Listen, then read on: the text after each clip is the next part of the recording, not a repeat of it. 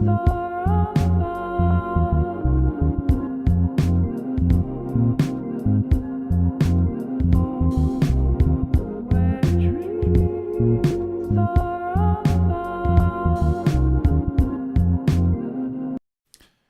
right, so, oh, that was kind of loud. Let me turn this down. Okay, so yeah, that was just a beat that I made on the Lo-Fi 12 a while ago. Let's listen to maybe a couple more, and then I will get into the business here, which is working on another beat.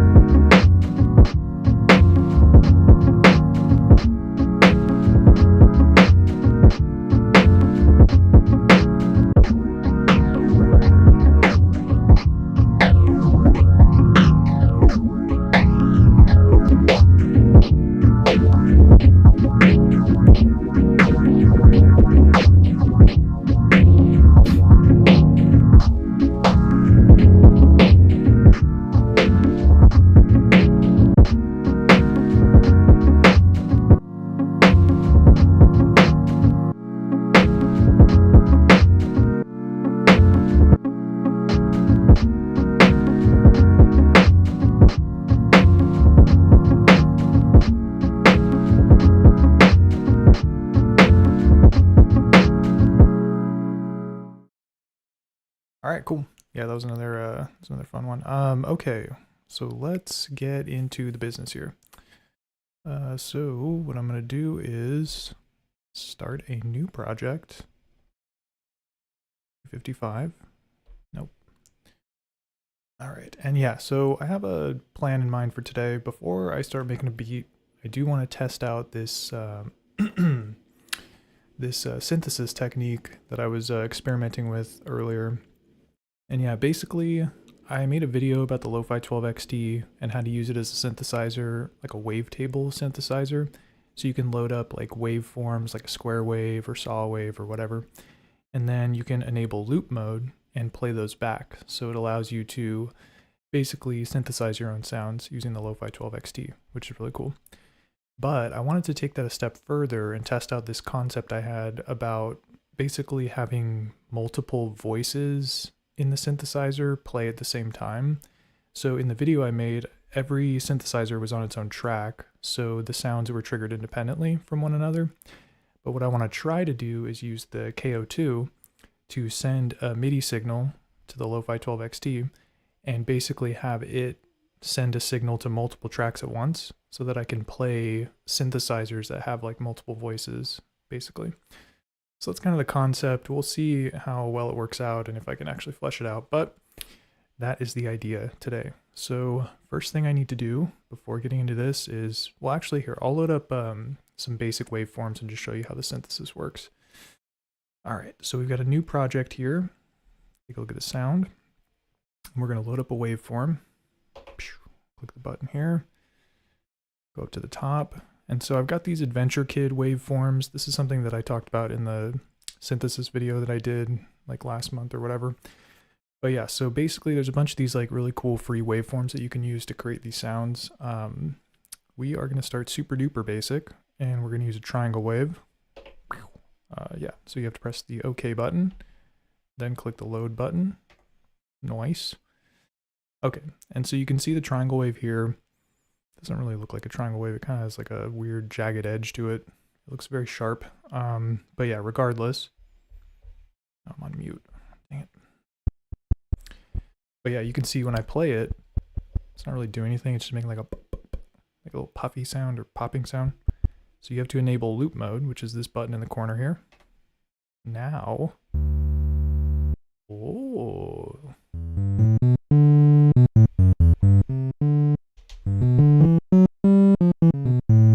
Yeah, I'm terrible at keyboard, so we're not gonna hear me jamming out on this thing just yet. But yeah, so what I'm gonna do next is I want to enable a couple settings just to kind of set it up to make it a little easier to play. So the first thing I'm going to do is turn off velocity sensitivity, and that means I'll just be able to, oh man, that's probably hella loud. Let me turn the amp down too, sorry. My bad, okay. Probably a little more palatable there for you. Okay. So the volume is down on the amp envelope. While we're on the amp envelope page, I'm also going to increase the release so that it kind of fades out.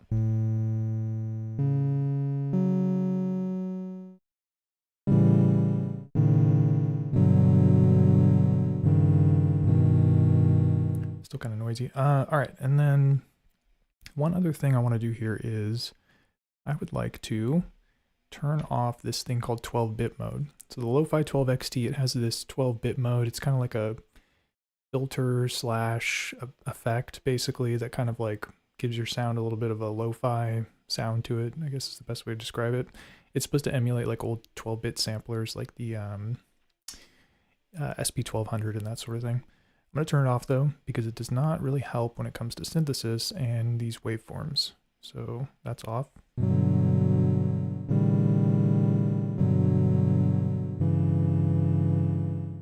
Starting to sound a little more normal. And this is just a basic triangle wave, right? So we can do some cool stuff to it, like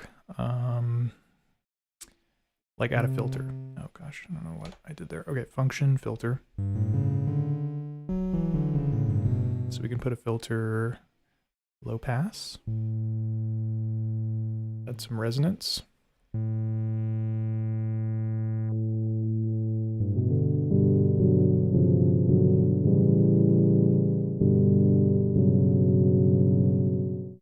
Sounded pretty cool.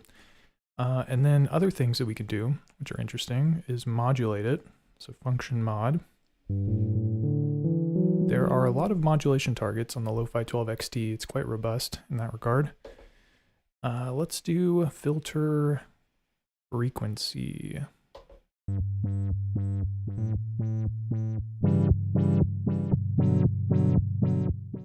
So yeah, it's got too high of a range, so let me decrease that. All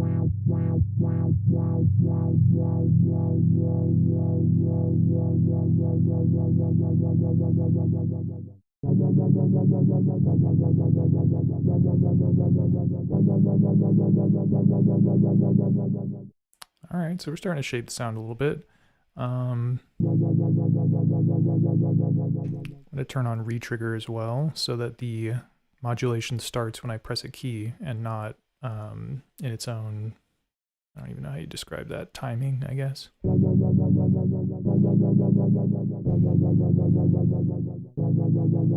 let's go back to the filter. So we're modulating the frequency. I can adjust the resonance though.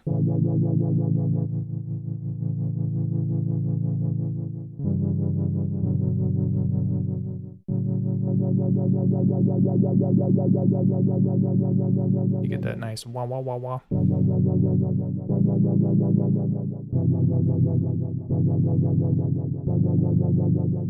Yeah, I don't even know what keys I'm playing here. Okay, so that's some basic stuff. You can also do effects. So the Lofi12XT has a lot of effects. It's got like 20, I think. In fact, why don't we count them out? 1, 2, 3, 4, 5, 6, 7, 8, 9, 10, 11, 12, 13, 14, 15, 16, 17, 18, 19, 20, 21, 22. It's got 22 effects. So it's quite a lot to work with. And there's some cool ones here, like chorus. Let's listen to this.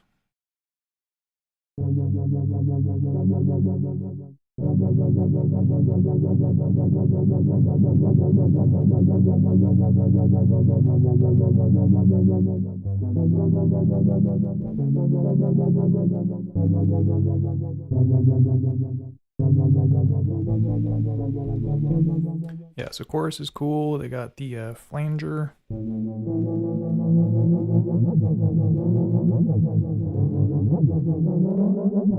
Oof, that sounds kind of wacky.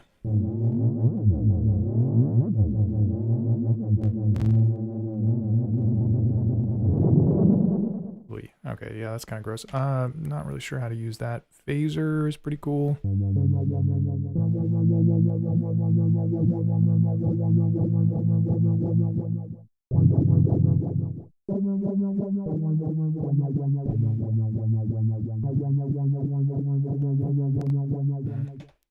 Etc. So yeah, all the garden variety kind of effects that you would expect, you know, delay and vibrato and ring mod, etc. Okay, so those are all just basic ways to shape the synthesized waveform or synthesized wavetable sound, I guess you could call it. And so yeah, that was basically the topic of the video that I did a couple months back or whatever. But this is the new kind of strategy that I want to test out, which is, again, instead of just having one voice, which you can customize all the parameters for, I want to try to control multiple voices at once, see what it sounds like. So let's go ahead and clear this thingy here. And then I'm going to load up the same waveform. Oh, what the heck? Triangle wave, yes, please. And then we'll do the same basic editing here. The volume down.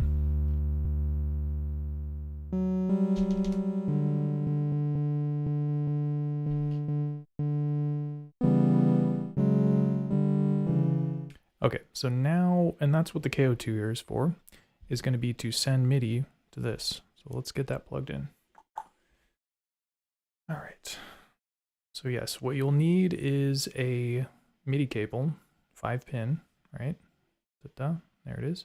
And then we've also got this MIDI adapter, MIDI type A, which is what the, oh, did not mean to do that. Okay, this is what the Lo-Fi or the KO2 uses. It's type A. Yes, so this is the required hardware. So we're gonna plug into the MIDI in, or MIDI out, I mean. MIDI out, the KO2. And then this one's gonna go right here into the Lofi12XT. Which one of these is the out? I don't even know. Okay, so the in's on the left here, so we're gonna plug it into the in. Got it. Okay. All right, so we've got MIDI out going to the MIDI in. Things are looking good. Just a couple settings I need to enable here. First thing is first. So the KO2, the way that you send MIDI is you have to change the sound that you have loaded on the pad. And what you'll need to change it to is the, oh gosh, I didn't even mean to do that. 0. So you go Shift, Edit, Sound, and you need to go to this parameter called MIDI. Mid, there it is. And so it's set to off right now. And what we want it to do is we want it to be on channel 1. Although I guess you could do whatever channel you like. I'm going to be using channel 1 though, because it's very simple. All right, and then next thing we need to do is change some settings in the Lofi12XT. Function, system, and then yeah, I can go back to the main for this. All right, so we need to go to MIDI, track. Oh yeah, so it's already set to 1. I do want to control multiple channels with this one channel though, or multiple tracks with the one channel. So I'm going to move track 2 to channel 1. track 3 to channel 1. What the heck? Track 4 to channel 1. Oh, whoops, I didn't do that one. Okay, so those are all on channel 1. Might be hard to see. I have to pinch the screen to zoom in a little bit. Unfortunately, I do not have a way to magnify it. Or maybe I could have on the stream, but whatever. All right, so, and then, oh yeah, one other thing, we need to go to MIDI config, change transmit, no, we need to do in from MIDI, and then command needs to be set to receive. So basically that means it's going to be listening for MIDI through the in port, not through USB, and it's also going to be receiving the notes that I play. All right, we're almost done with setting this thing up here. So that's that. Turn off pad. And then here, the last thing I need to do is go into key mode. So play my note here, press key. And so theoretically this should work. Let's see. Function system MIDI. Oh, it was off for some reason. What the heck? Okay, channel 1. Maybe I have to save it or something. Ah, see? There you go. So I'm pressing buttons on the KO2 and it's triggering the channel. Cool. So we're off to a good start here. Let me go up an octave.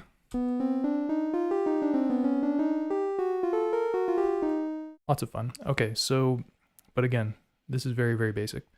Now what we're going to do is on the Lofi12XT, got our triangle wave. We are going to make a copy of it. And to do that, you have to hold copy. You have to hold the pad and then press copy. Boom. And then you have to hold copy to paste it. You hold copy, then you select a pad. Boom. So now we have these two tracks here, and they have the same triangle wave loaded to them. There's no difference in them. If I play them both right now, it's probably going to do like a weird kind of phasing issue. Let's find out. Doesn't really sound that different. It just sounds louder. But what I can do here is on the second, on the copy of it, basically, I can, let's take a look here. I'm going to lower the pitch a little bit. We're going to do -16. Okay. And now when I play it, it should sound like it's kind of like a chorus type effect, because basically I'll be controlling the two voices.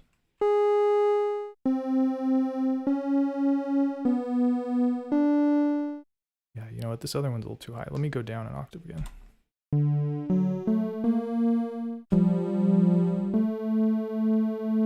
And then just to show you what it sounds like with one of them muted.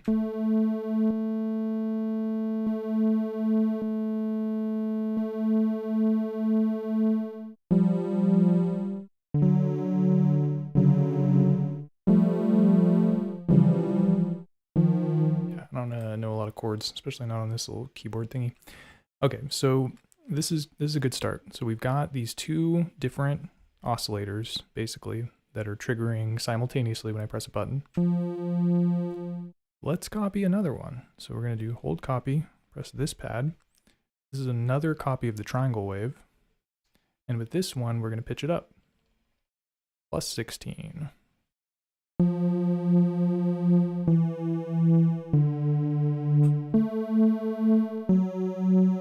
So you get that kind of like swarm unison type effect. I think that's what it's called. I'm not like super big on synthesizers, but such is my understanding. And again, I'll go through and mute them so you can hear it individually.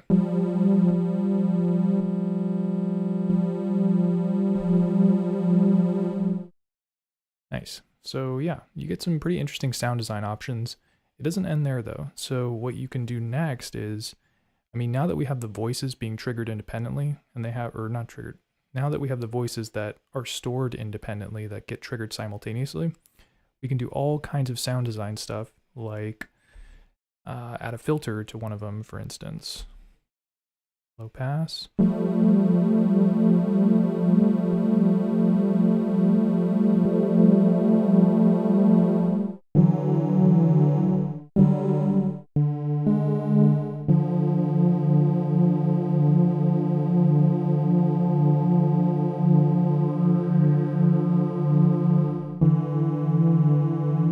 I could modulate it too.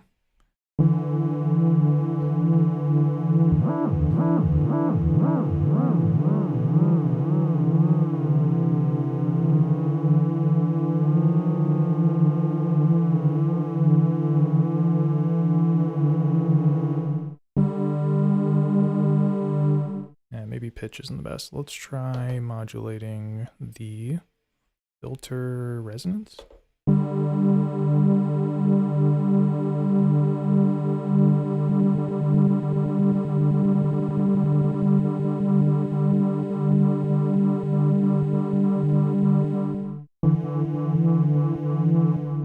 Maybe the filter frequency. Ooh, you can hear that right away.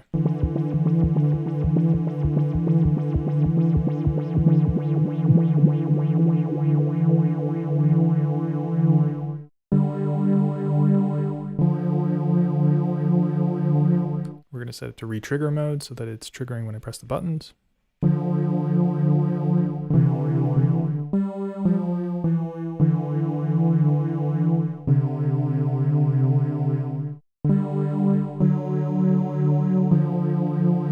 Nice. Okay, so that's just the second voice. We could do a bunch of stuff to the other voices too. Different filter maybe.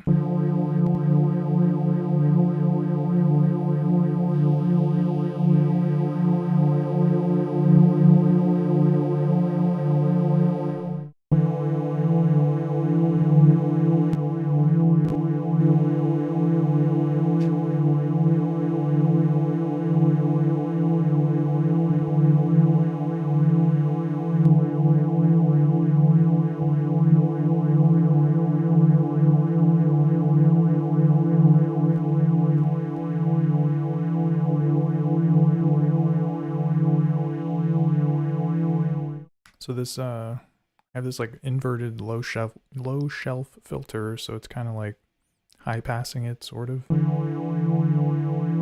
then we can, let me see. Let me try modulating the frequency of this one.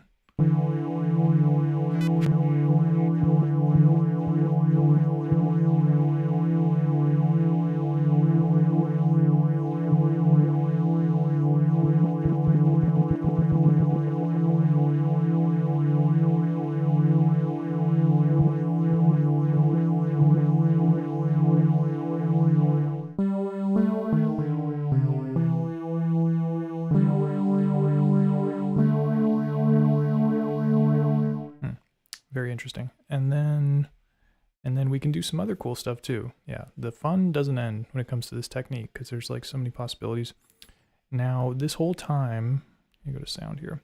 This whole time we've just been working with triangle waves, but why don't we switch out one of the waves? So what we're going to do here is I'm going to load up a EDD. We're going to do a square wave. Load. Oh man, dang, that thing's kind of loud. Hold on a sec. Still at 47. Maybe I'll do a low pass filter on it.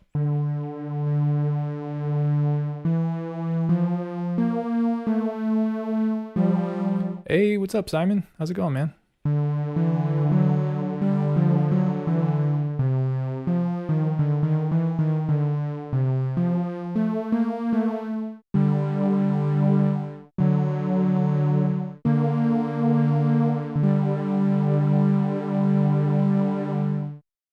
Okay, so that sounded kind of cool. We've got a square wave here instead of a triangle wave, so things are getting a little interesting. What else could we do here? I guess we could try putting some. Okay, yeah. So what? Let's take a note here. Oh, hey. All right. So I tried recording the audio from the KO2 and the XT, but the audio was low. Yeah. Were you doing it via USB or were you doing the line out on it? I feel like sometimes USB audio is just weird, like comes in low for some reason. But generally with the line out, you can like kind of adjust with the old volume knob. But yeah, so here we messed around with the filter. We did pitch. That was how we detuned it. We did some modulation. Let's try an effect. For this one, we'll do vibrato, I guess. Oh shoot, what did I do there? Hold on a sec, I think I screwed something up here. Sound edit, 0. Alright, we're chilling. Okay. Oh yeah, an effect.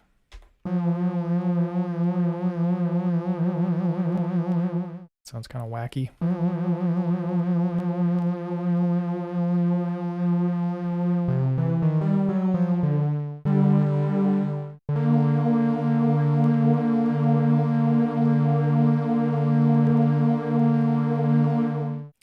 Hey, what's up? Shoot, I totally forgot. Wurzel. I think we agreed that Wurzel is an acceptable way to pronounce that. I don't know. Can't quite remember. But what's going on, man? Welcome.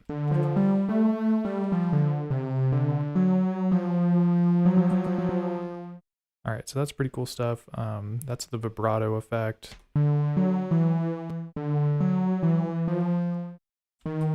Wurzel, that's what's up, dude. I'm making a note, locking that in. But yeah, nice to see you again, man.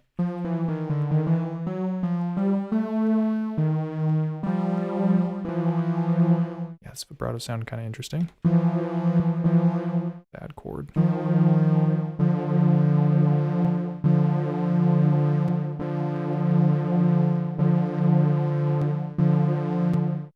Okay, alright. So that is the vibrato effect. Oh, and we haven't even messed around with like chorus, or not chorus, reverb and delay.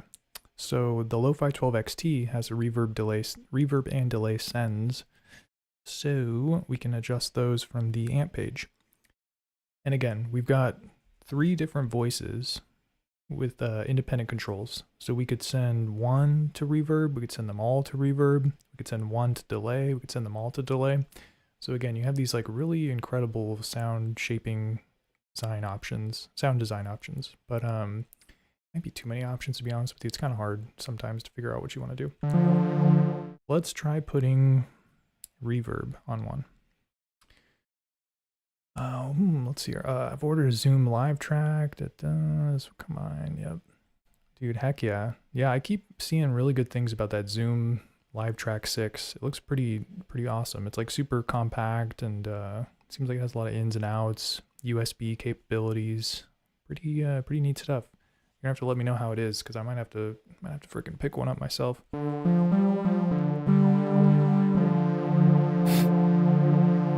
Okay, so yeah, delay and reverb. So you can access the delay and reverb send controls from the amp page, which is confusing because there's a reverb page too for more controls. But yeah, the send is on the amp page. You have to press it twice. So I'm on it once, boom.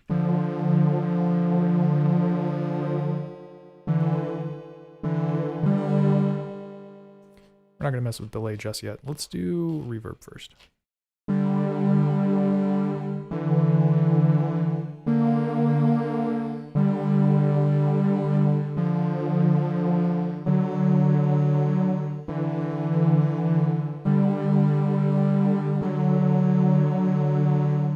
Nice. Yeah, that sounds like an epic setup. It's like just like put a lot of those just in a bag and take it wherever, really.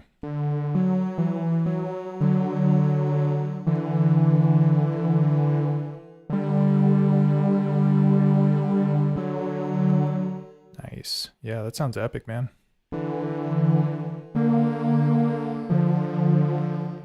right, so we got some reverb here. Let's go to the reverb page and see what's what. All right, yeah, it's getting kind of busy with all these voices too. So one pro technique when it comes to if you're going down this kind of sound design rabbit hole is you can mute some of the voices that you're not interested in hearing the changes on. So right now we have the reverb added to this voice, the one on track 3. So I'll mute the other 2 so I can just hear that. And this helps me do sound design and shape this particular voice without having to hear the other ones kind of clutter things up. Okay, so let's see what we can do here. Whoa, that sounds super weird. Oh, when I was turning the pre-delay, it was like changing the sound.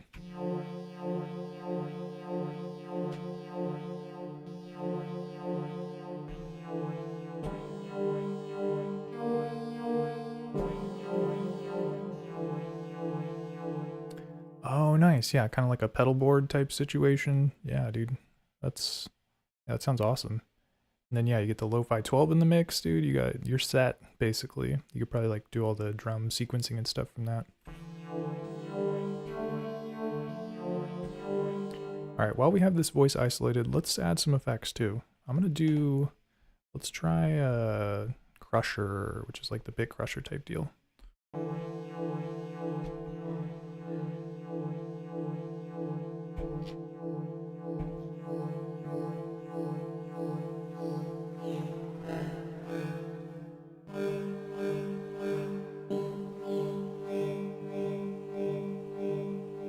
is sounding pretty wacky, if I do say so myself.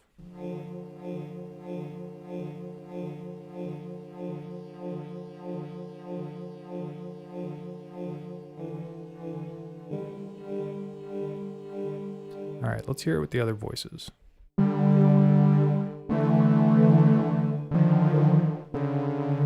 man, I'm hitting some bad notes here.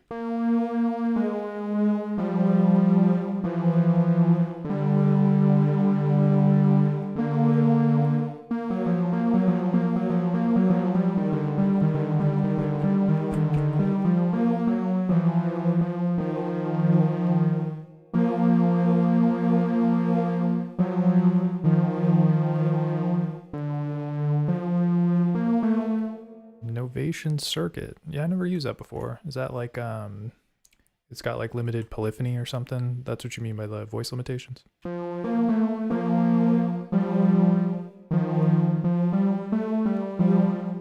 right, this sound is getting kind of not too cool. Let's see what else I could do here.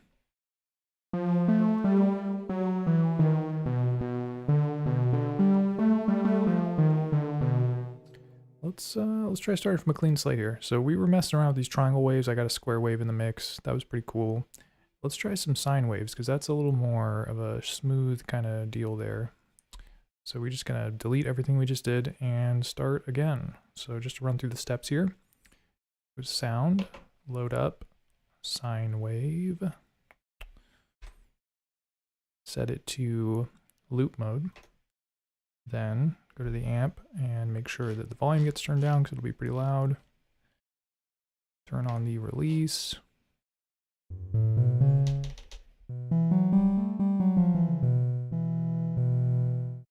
All right, that's pretty chill, I guess. Back on the sound page, we'll turn off 12-bit mode, turn off velocity sensitivity.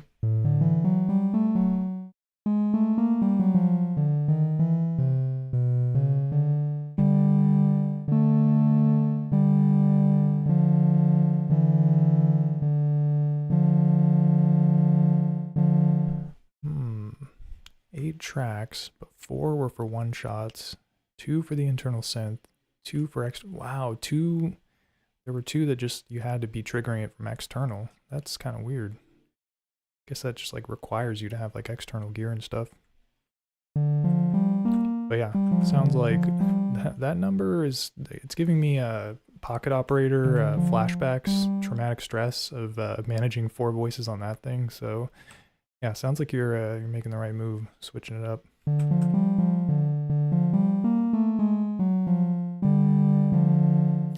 All right, so we've got our sine wave here. This is sounding pretty chill. Let's go ahead and let's enable some settings first before I start copying it out so that those kind of live in the other settings as well. So I'll do some like reverb and delay. Ba-doop-ba-doo.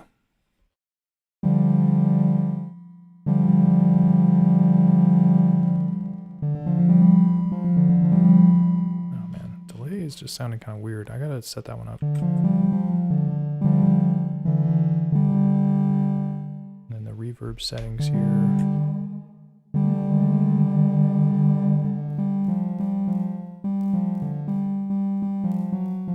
I'm getting like a weird little metallic sound or something.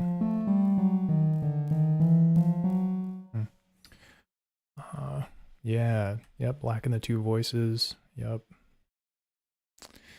Yeah, it definitely does not sound like the optimal situation there for sure.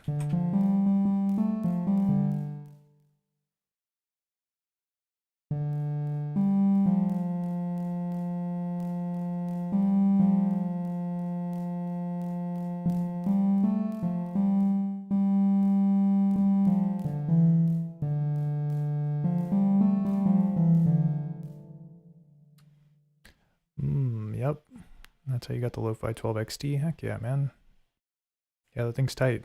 You know, the Lofi12XT, I've never used it with batteries before. I know it has like the battery thing in the back, but I've never tried that. It'd be cool to make it a little more portable like that. Usually I use like a, I don't know where that cable is. I have this thing, it's like a ripcord is what it's called. It's by like, who makes it? MyVolts. So it like allows you to do like USB power on it. And I've used like a USB power bank with the Lo-Fi 12XT before, which is pretty sick.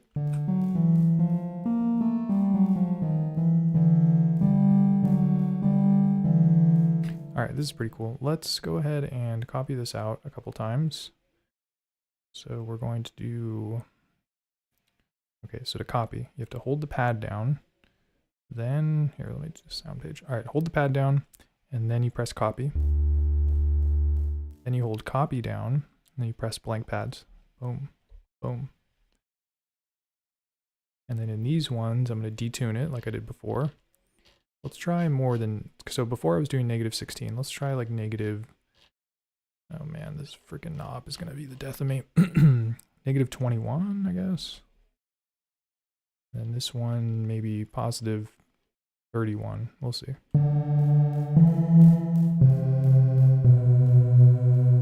Man, I don't know what that little weird noise is.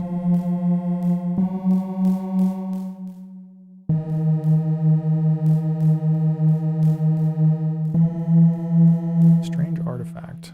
I don't know. Okay, maybe I should turn off the reverb or something.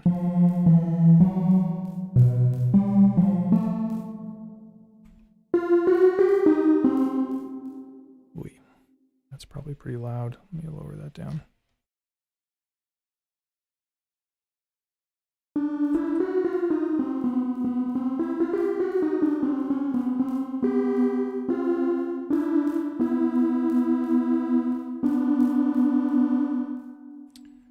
Yeah, I don't know what that sound is. So I guess we're just going to turn off the reverb for now.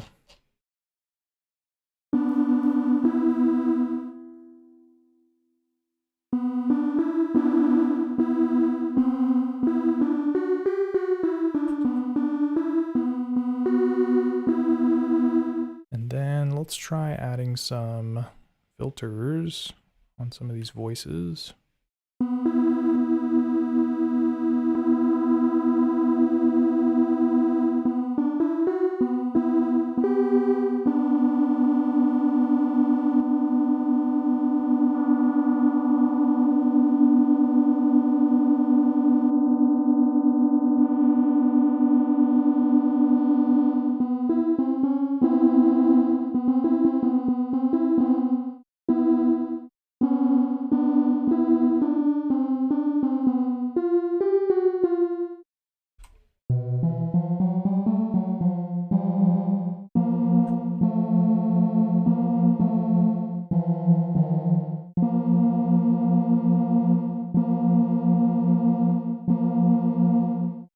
And then let's see, maybe some effects.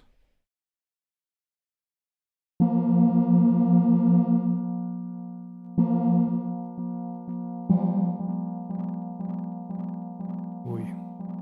Yeah, there's some like weird artifacts that are getting introduced when I add delay and reverb. Not sure what that's about.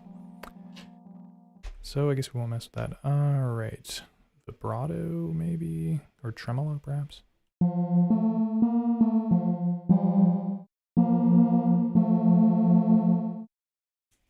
I used the output on the XT onto a split cable into the back of the XT. The sound of the KO2 was too low to even capture.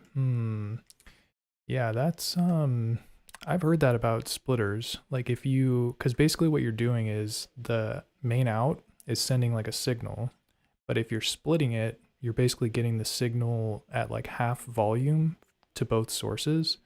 I don't know if it's exactly half, or if maybe one takes priority over the other.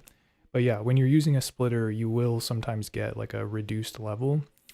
So I would say if there's a way that you can do it without using the splitter, that would be optimal. Or if you could like kind of multiply the signal. I know that sounds weird, but trying to think about what kind of gear you could use to do that. Like a mixer usually has multiple outputs. Like there's a headphone out, and then there's also a main out, and sometimes there's like stereo outs and even FX sends. So if you have a mixer, that might work. Not really sure what else you could use though. But yeah, that's just one idea.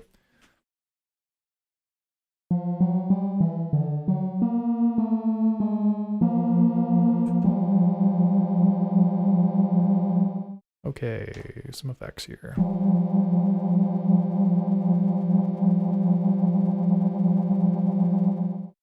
Yeah, an effect send. Yeah, that's what I was thinking. Yeah, that could totally work. Yeah, basically anything that'll send a signal out, you do an input and then it sends that signal out. You could probably use to get like an extra out or whatever.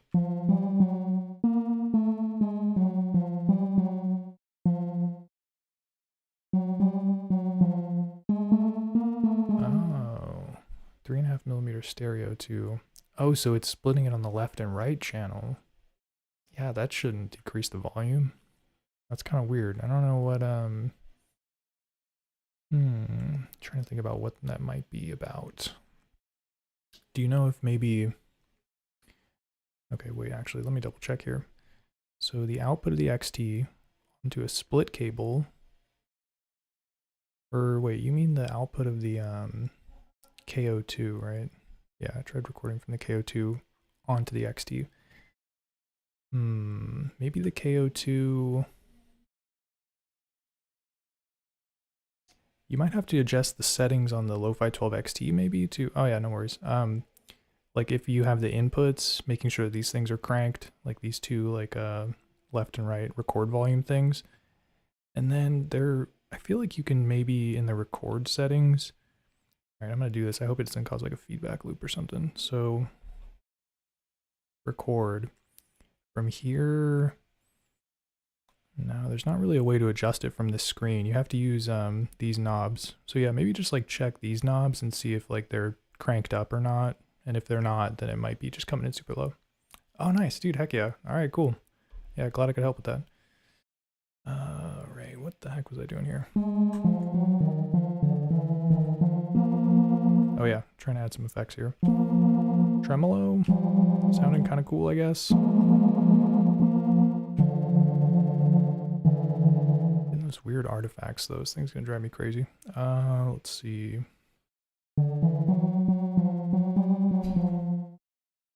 Yeah, the KO2 is like, I don't know, I got it and I was like super into it at the beginning, and then I just got kind of, I don't know, not bored of it, but yeah, I just was drawn to other gear or something. But it's pretty, it's got some pretty cool stuff. It's a nice like quick sampler for just like sketching stuff out, I guess. You can load samples into it super quick.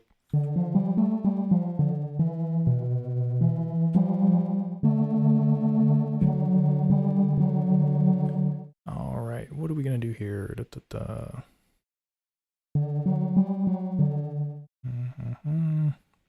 Yeah, so let's maybe modulate something. Filter, perhaps. Okay, so resonance and frequency. Here we go.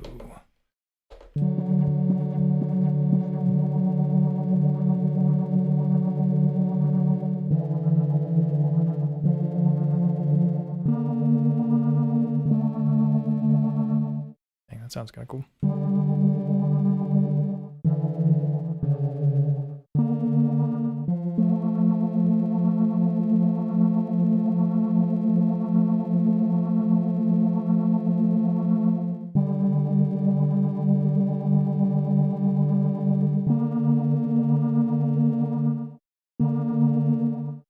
And then we have two, oh yeah, thanks for saying that, Wurzel. I appreciate that, man. Yeah, it's, I don't know, some of my videos are like super long, so it's sometimes the information's scattered a little bit throughout like the entire whatever, what I'm going through. But yeah, no, I'm glad you've been vibing with it. My concept with those is usually like people are probably going to watch them multiple times anyways. So if there's like sort of hidden secrets or pro tips or whatever, like you'll probably come across them after, you know, going back to the video to double check what you were trying to do or whatever. But yeah, man, that's it's awesome to hear. I appreciate you saying that.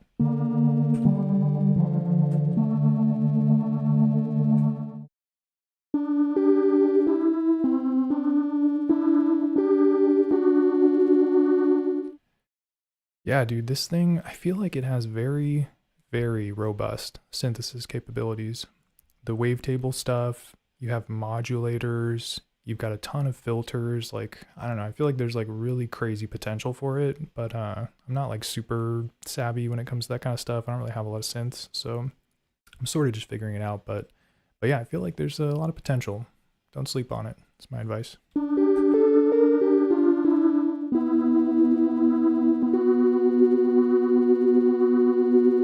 Maybe I'll modulate this one. What is this?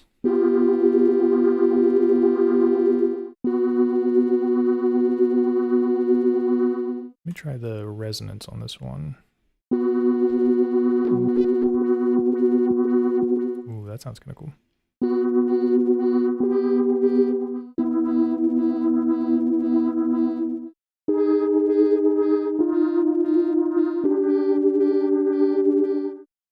Yeah, the KO for drums, pretty good stuff. Yeah, you can just punch stuff in super quick. It's like, just get a pattern going. It's very easy. Yeah, man, this thing's quick. Lightning quick.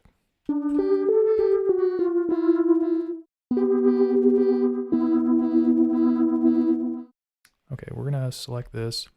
And this whole time I've just been modulating using the sine wave. There's a ton of waves in here, like all kinds.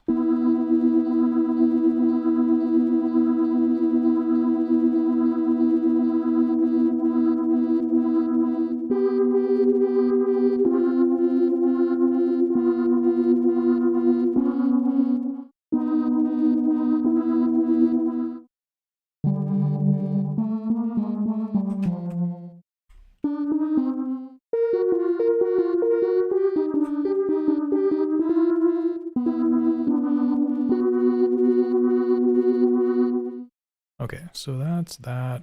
I'm not really sure what to mess around with here other than that.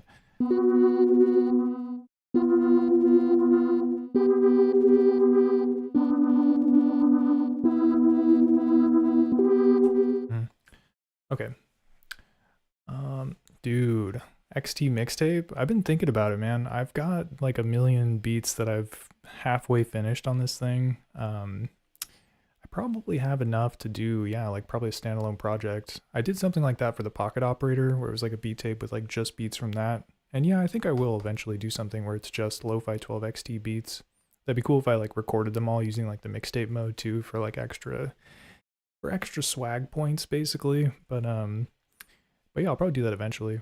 I see that you always, or not always, but like you've got like a weekly kind of beat mixtape drop. Like those sound sick, man. Are you thinking about putting something together with those two, or is that just going to be like a playlist on your YouTube channel or something?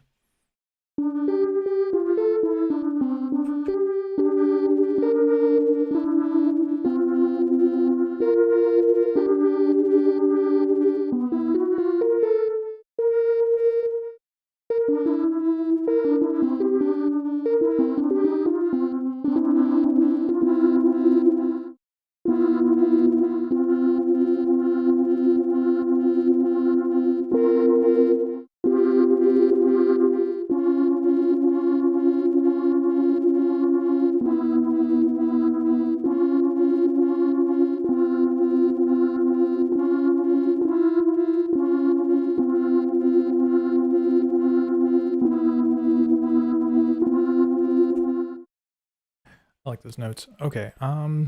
Yeah, that was really all I want to do with this, was just kind of mess around. Oh, dude, heck yeah, man. Yeah, I appreciate that. Yeah, dude, a tape would be sick. I say put it out. That could be both of our goals, is to work on finalizing some Lofi12XT work so people know what's up.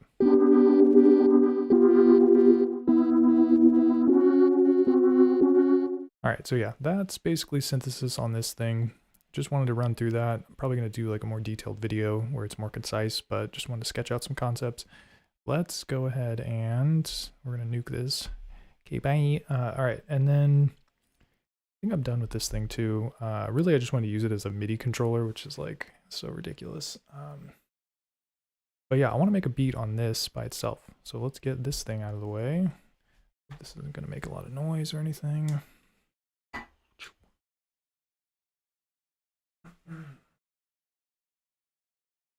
All right, we're gonna get this boy front and center. Da-da.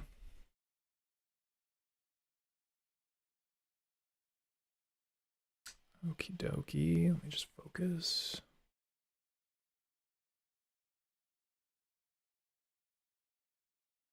All right, hopefully that's not crooked. And then we're also going to use the M8, Dirty Wave M8, this thing, which is yeah, like this. So you can see it.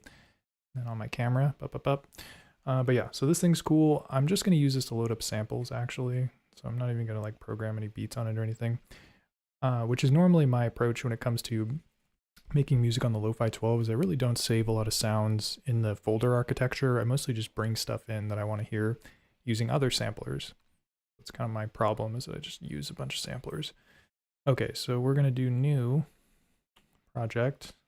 Or actually here, let me plug in the input so we can listen. And we can test it by listening to a beat on the Dirty Wave M8. Okay.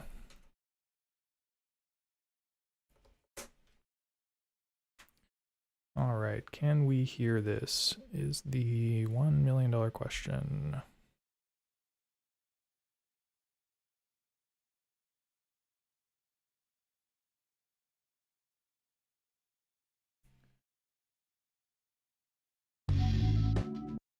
Now let's take a listen here.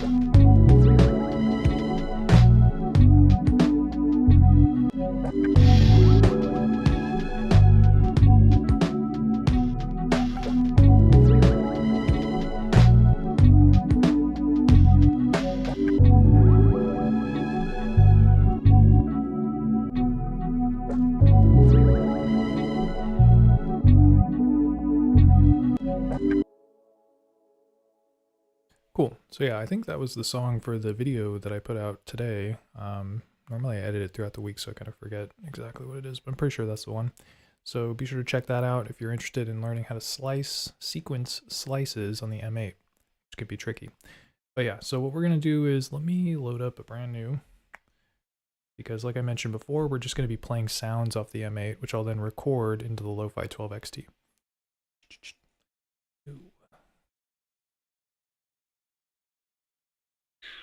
It's like kind of a funky angle to use this thing at, but I'm doing my best here.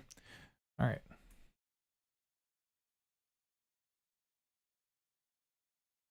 Sampler. Okay, let's see what kind of loops I got here.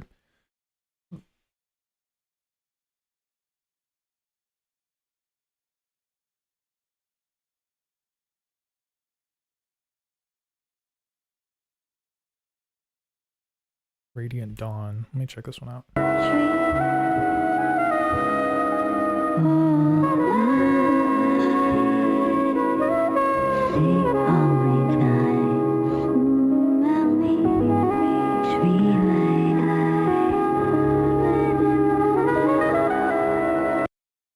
Yeah, and then it just cuts out. I think I'm going to try using this one. The horns sound pretty sick. Yeah, see? That's what I'm talking about. So yeah, we're going to chop the old boy up here, see what's what. Okay, let me take a listen. And then, I don't know how long it is. Well, I don't think we're going to hit the cap in terms of recording. You have 40 seconds of sample time on the Lo-Fi12XT. Should be fine. We'll see though. So let's just arm the recording, press it again, and then hit play.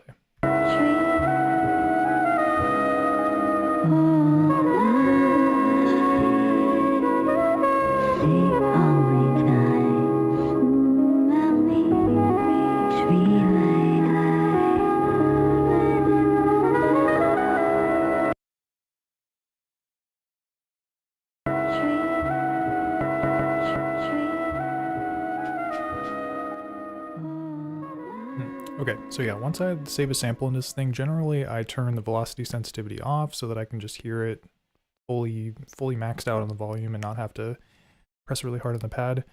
And then I turn 12-bit mode off too. Usually I just turn it off right off the bat, and then I turn it back on if I want to hear kind of a different version of it. I talked about 12-bit mode in like a different video, but yeah, basically I use it mostly for drums. For melodic samples, I tend to just keep it off, but sometimes I'll turn it back on to see what's up. All right, so we've got this thing. Let's go ahead and slice it up by going to the voice mode, changing it to slice button. And then from here, we're gonna put some chops in. I haven't really thought about how I want to slice it, but let's just give it a listen.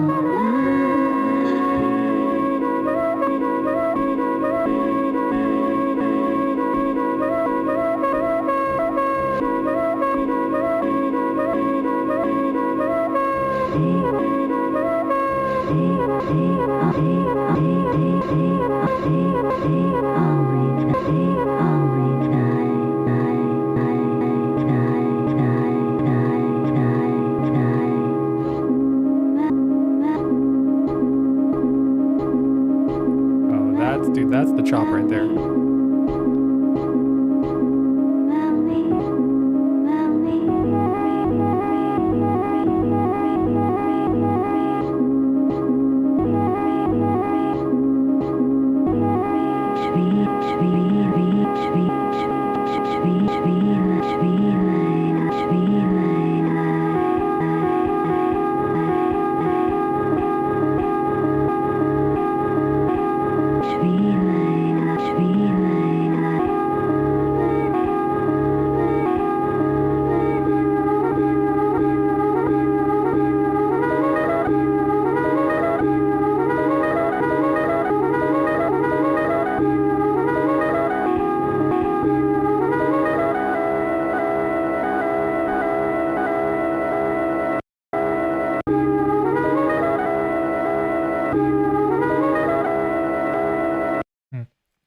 Nice, okay.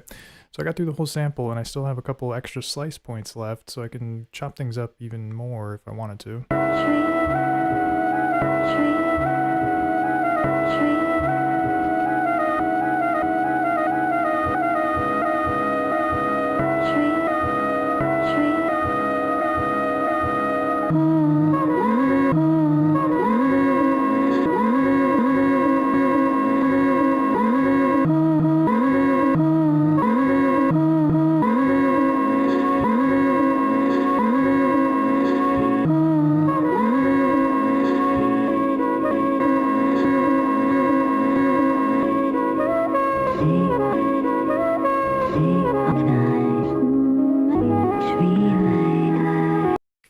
Okay, cool. I think that'll work.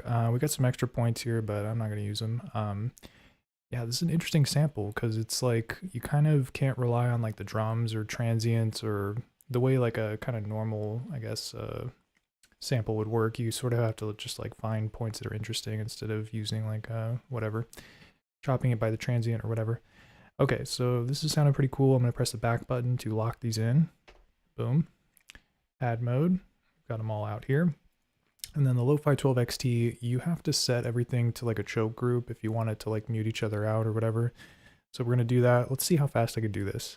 Somebody set the clock, set a timer. We're going to try and get this in under, let me see if I can do it in under 10 seconds. All right, so we're going to start here and go.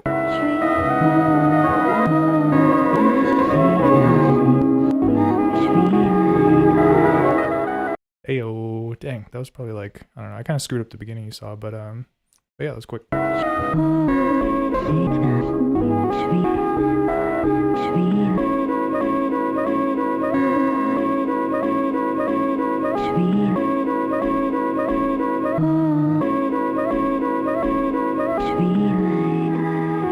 Nice, okay, so we've got those set up. The samples also, appreciate you saying that, man. That's, I've got a lot of practice, that's for sure. Although it'd be nice if Sonicware just added a set them all to a choke group at once button, but we'll I'm not holding my breath for it, I guess. But yeah, okay, let's go to voice and see if we can lower the pitch a little bit, I guess. Because yeah, something I forgot to mention was that the sample's actually pitched up. So I think I pitched it up 2 semitones when I saved it onto this thing. So let's bring it right back on down. We're gonna hold function, click B, which allows us to adjust it by semitone instead of adjusting it by 0 to 100 pitch, I guess is the way it would it's set up before.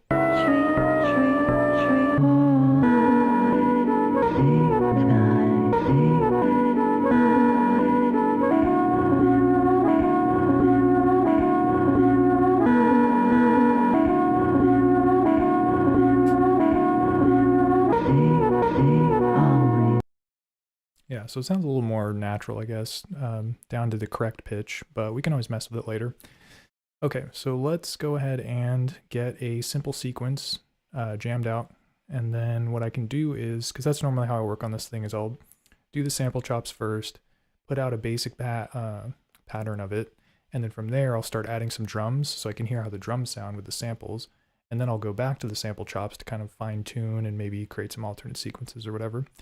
And then one other thing I'm going to do is save this so I don't lose my progress. Boom. Okay. So next up, let's create a simple pattern. Right now we're at 120 BPM, which is a little quick in my opinion. So let's go ahead and bring it on down to, I don't even know. I'll just start at like 85, but I'll probably end up changing it again once I get this pattern set up. And then let's find some chops that we like.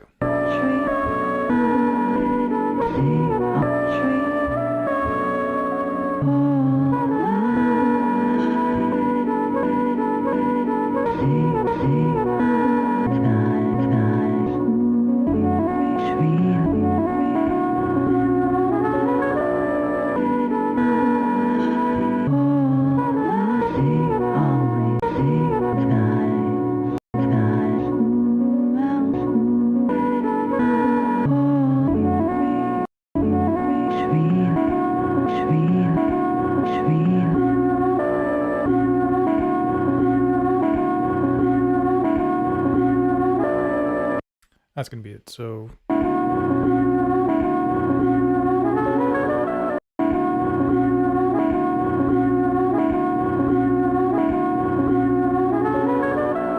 then I want this one to play on the last one. So I'm going to turn it into a, so right now it's just 16 steps, which is 1 bar. So we'll turn it into 2 bars by going to the config page, holding the function button down, turning the length knob. So that doubled it. And it basically gave me the same sequence on both of the 16 steps. So I've got the first 16 like this, second 16 is also like this, but I'm going to change this last note to be this final slice. Let's hear how that sounds.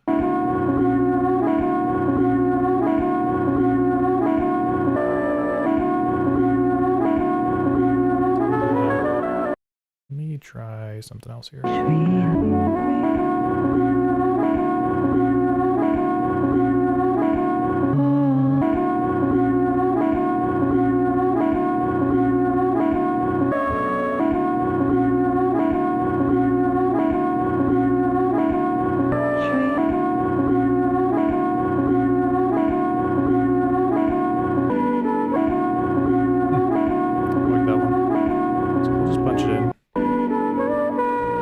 And yeah, so again, when I come back to the sample chops, I'll probably like record something tapped out live and kind of jam out on it. But usually when I'm doing this initial sketch, I'm just like dialing it in directly to the step sequencer because yeah, don't need a lot of precision at this point.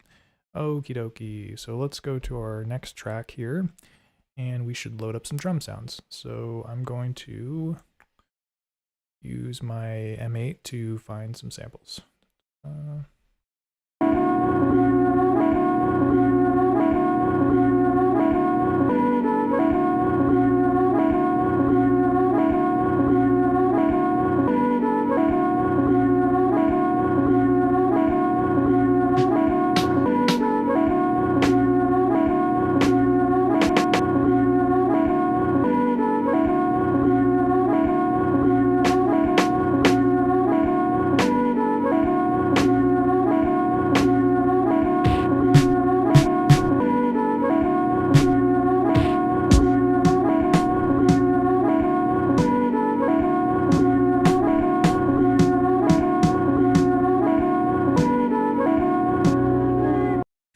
kind of dig this one, so let's get it punched in here. Oh man, sounds kind of weird actually.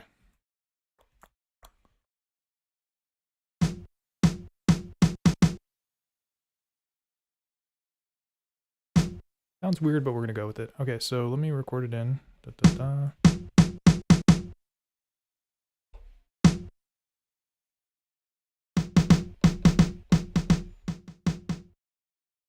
All right, turning velocity sensitivity off so we get the max volume. Turn off 12-bit mode.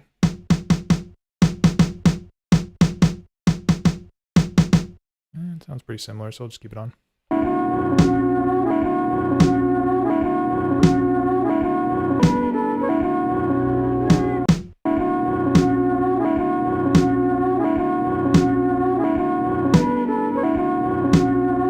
I'll try adjusting the BPM.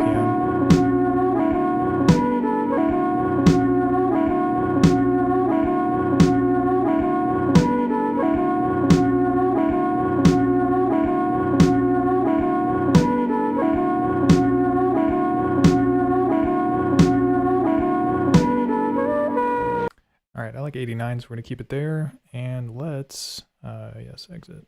Let's load up a kick next.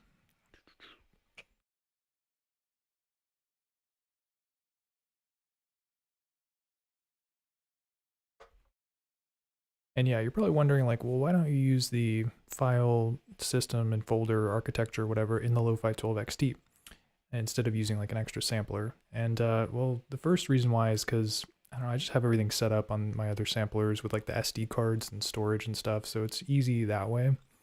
But something that's kind of weird about this is that you have to like convert the files to a particular format. Like they have to be like a certain amount of kilohertz or whatever. So I find it's just kind of inconvenient to do that to an entire like sample library. So what I do is I just use the other samplers that can do like whatever kilohertz rate or whatever. And then, yeah, I just kind of record them in. So it's a little bit convenient for me, but again, using the folder architecture here is also an option when it comes to bringing in sounds that you want to use for your beats.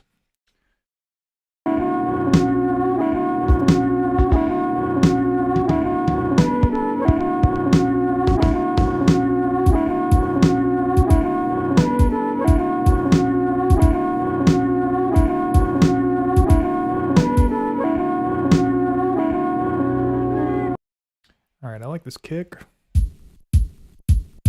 Thing is beefy. Nice. So yeah, we're gonna record this one in onto track 3.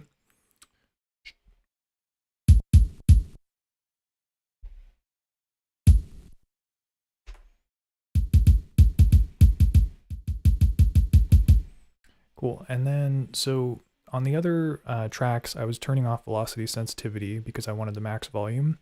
I usually leave it on for the kick though, because it's good for the ghost notes to be able to play them a little bit quieter. So we're going to keep velocity sensitivity on. Let me listen to it with and without 12-bit mode, see what I like.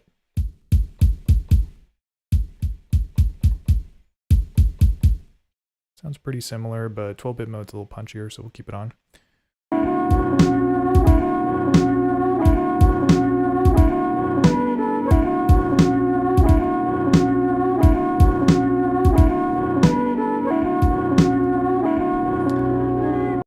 Sorry, you can probably hear me tapping the pad as the thing is playing. I think my mic's picking it up, but yeah, I'll try to be a little more gentle. Okay, so, and then again, with this particular type of sample too, I'm usually just dialing it directly into the sequencer. I play the hi-hat live, but usually for like the kick and the snare, I just punch it right into the sequence. So we're gonna do that. Holding the step down and then pressing the button. Cool. And we'll just do like a basic boom bap pattern. So it'll be boom, ba-boom, boom, ba-boom. So we're going to adjust some of the levels here. On this one, I want it to be the max volume.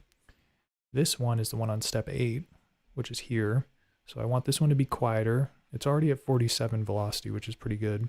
Bring it down to like 40, I guess. And then we're going to push the micro timing of it so it starts a little bit later. So you can hear the difference. That's with no micro timing.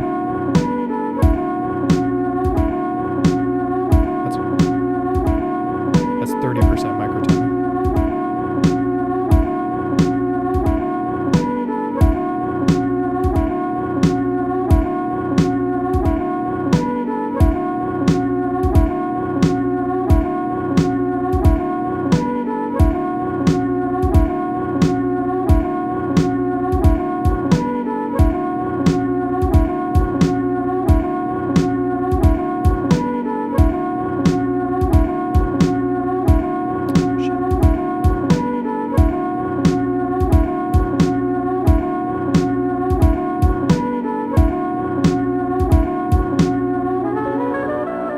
Nice. So you saw I played that one in live.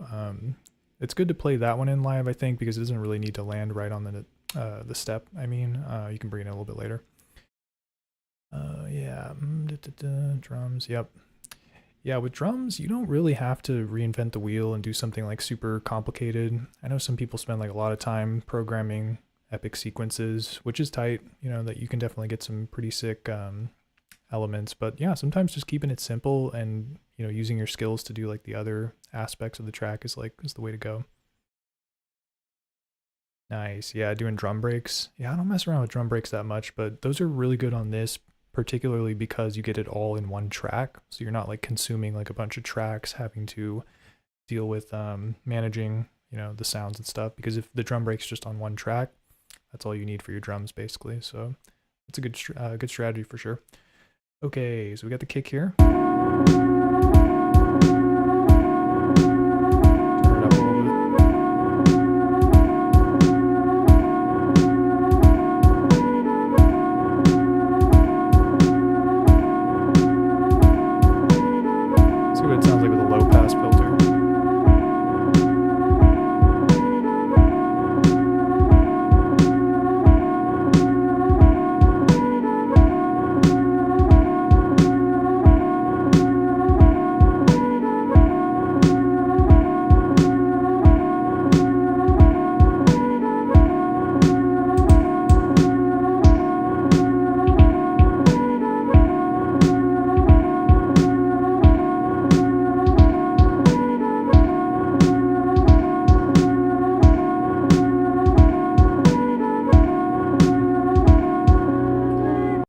I think that sounds all right. Yeah, I'm not that great at filtering, but I just want to get rid of a little bit of the high end on the kick, so I think this will do.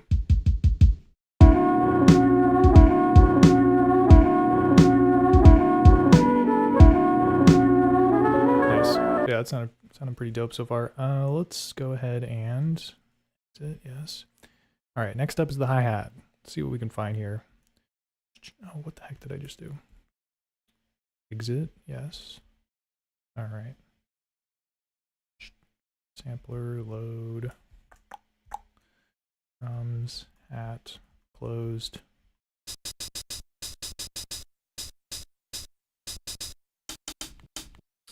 Oh, how come I use the MA for the samples? That's a good question.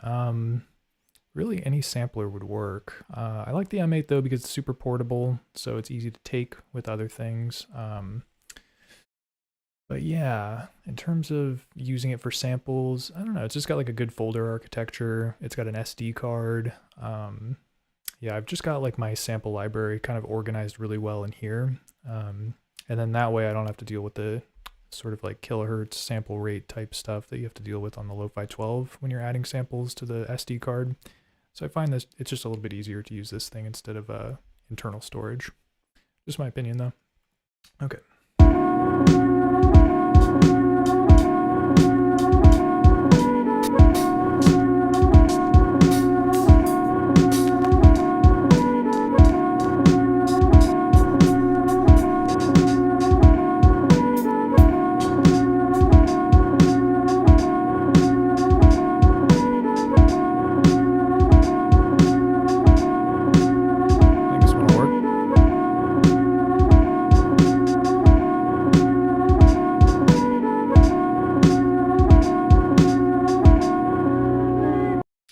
Let's see if the levels are high enough to actually record it. Yeah, it seems like it might work. Okay, so we're gonna record this in.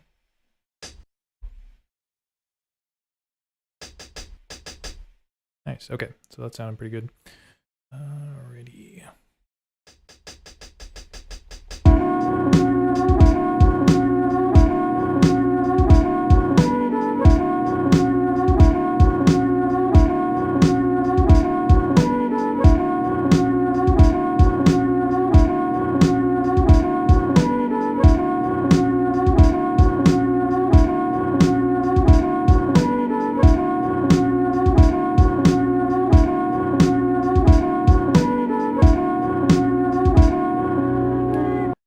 Pretty happy with that pattern. Usually it takes me a couple times to record it, but that one I don't know, it looks all over the place if you're just looking at the numbers, but let me, yeah, let me listen to it one more time, make sure it's good.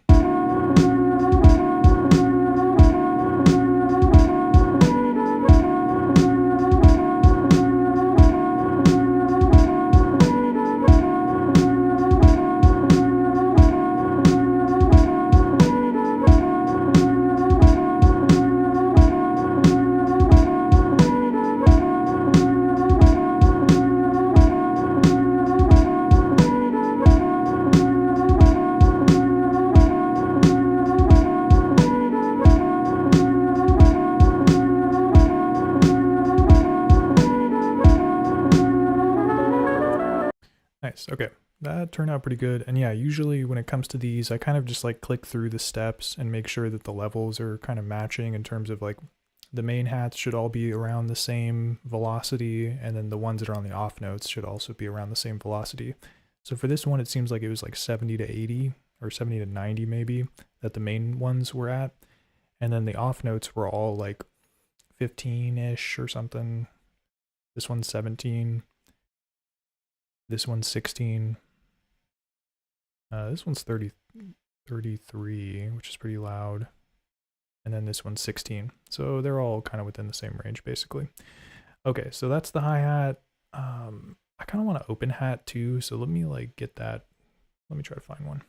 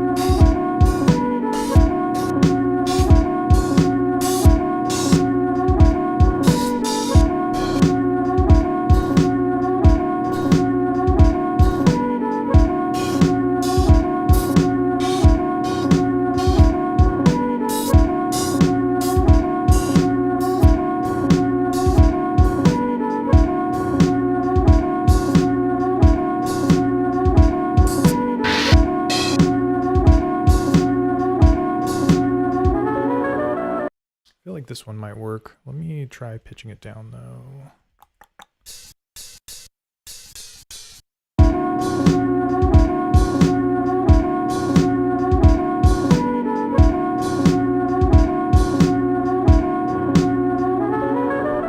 All right, yeah, so I like that. So what I'm going to do is I'm going to record it onto another track, but I'm actually just going to record it onto the other track so I can have the sample loaded in the Lofi12XT. I'm not actually going to use the track for the hi-hat. I'm going to parameter lock the triggering of the hi-hat on the hi-hat track, which is track 4.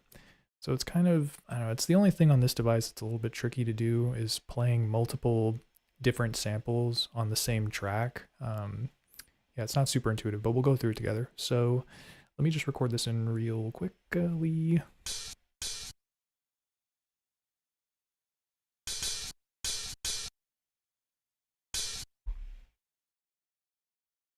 All right, so we've got the open hi-hat saved to track 5, and it's called 255 mix 05. What a mouthful. So what we're gonna do is we are going to, well, let me think about where I want to hear it. So let me just do this.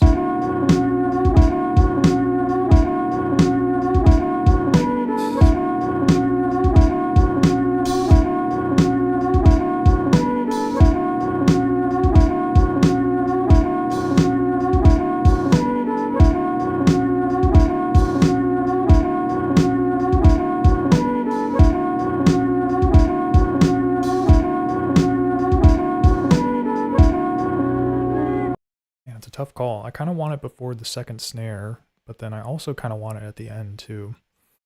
I think I'll do it at the end. Yeah, we'll just do it at the end. All right, so basically I know that I want the open hat to show up like kind of around here, 15, 16. So what we're gonna do is I'm going to open up my hi-hat track. I'm gonna clone it or duplicate it so it's extended. So instead of this thing just being 1 bar, 16 steps, we're gonna double it. Config, hold function, and then turn the length knob. So that's 32. Then we're going to go to the next page. So right now we're on, yes. So this is page 2 of the sequence. And I want the open hat to be right here. So I'm going to, how am I going to do this? Clear it out. And then, or I don't know. Let me just put the note in. And then what I'm going to do is you have to, so this is the parameter lock method. So this is how you would get different samples to trigger within the same track. You have to hold the step that you want to edit, which is step 15, where I just put this hat. And then when you're holding it, okay, let me go to the sound page too. So right now the sample that's loaded to this track is sample 255 mix 04. The open hat is mix 05. So you hold this button down, and while you're holding it down, you turn this knob, and then it'll trigger this other sample. And then let's just hear how that sounds, I guess.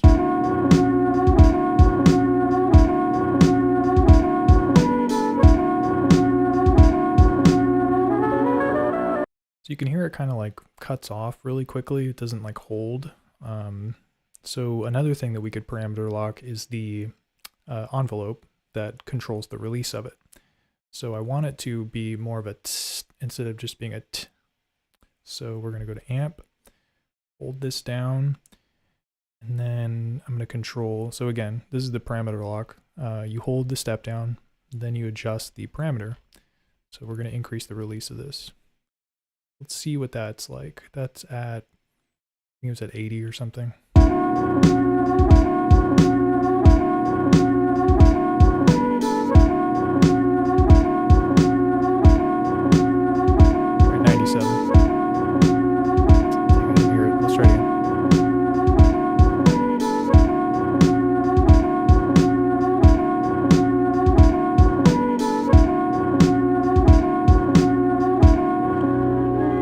Okay, so I kind of had to just max it out, but it's starting to sound as long as I want it to, but I need to nudge it back too. So we're going to do the micro timing on it as well.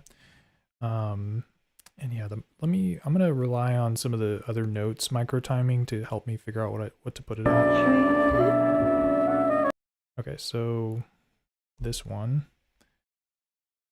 So in the previous step, the note that triggers on 16 has a micro timing of negative 33%. So I think what we can do is have this one have a micro timing of positive 33%. Let's see how that sounds.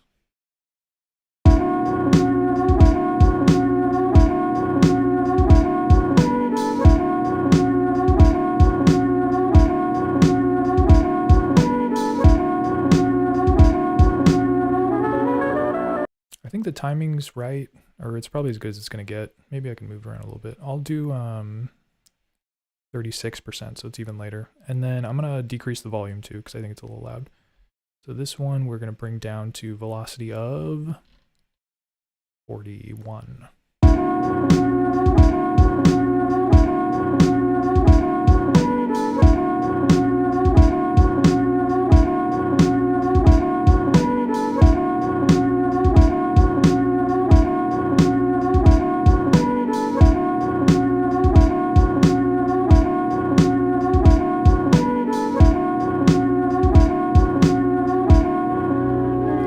Yeah, I'm feeling it.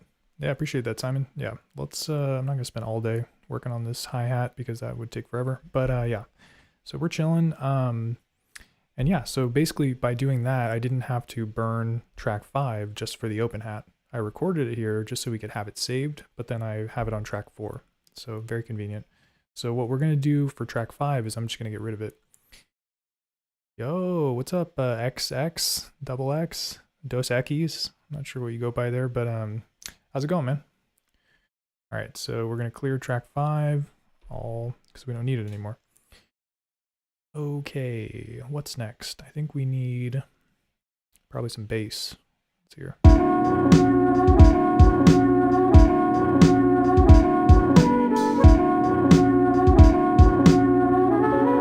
Yeah, so let's try to find a bass note that works well here.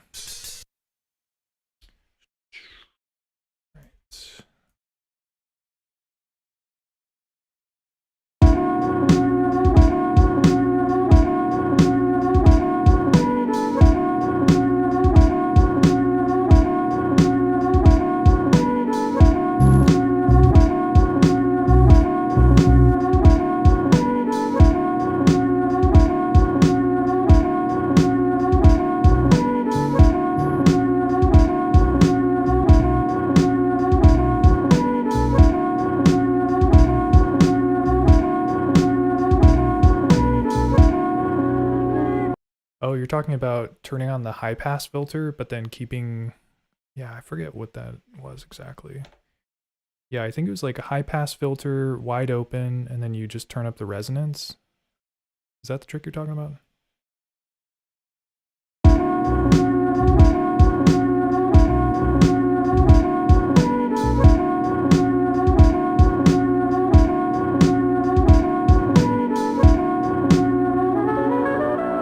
Yeah, frequency all the way down and then resonance up. Yeah, when I discovered that, I was like, whoa, is that like how it's supposed to work? Because it sounds dope as hell, but but it just seemed like not normal use of the high pass filter. Using the high pass filter to crank the bass, it just seems counterintuitive. But yeah, it's a sick trick. I'm glad you're getting some mileage. Oh, dude, XX, I appreciate that, man. Yeah, thanks for saying that. Glad you've been picking up some tips watching the videos and stuff. Yeah, I'm hoping to do more, or not hoping, I am doing more live streams to like, show the process and stuff too, which is cool. Yeah, all the little tips and tricks. Yeah, because that's what, I was talking about that earlier when Wurzel brought it up, is, yeah, there's a lot of like hidden knowledge in the videos. I need to like compile it all. But yeah, I'll definitely make a note of that one because I think that one's a good one. And then maybe a couple others could just be like a quick, 5-minute, here's like my top tips for the Lo-Fi 12XT or whatever. Yeah, it's a great idea, man.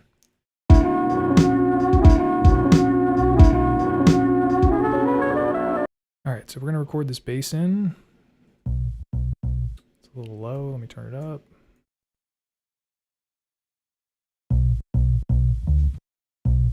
Dang, I feel like I used the same bass sample in like a different beat really recently, but I like it, so we're gonna do it. I don't know which one I want though, there's 2 notes in it. I'll do the first note. Okay. Track 5. And I just saved them both. Okay. Alright, so first things first, we're gonna, dang, it looks a little quiet almost. I don't know. I thought the bass waveform would be a little bigger. Yeah, it sounds good though. Alright, 12-bit mode off. Yeah, I'll just leave it off. And then amp, we're gonna adjust this. Or actually, first up, let me just make it so it's one of the notes instead of, come on. Okay, instead of both. So we're gonna use the D knob, bring it back, and it'll just be the first note. Ugh. A little pop at the end. There we go. That sounds good. Go to the amp page, turn it up a little bit. And then I'm also going to bring the release down so it plays more like when I let go of it, it's gonna like stop playing. Sounds dope. And then we'll do a low pass filter on it too, because there is a little bit of a high end on it.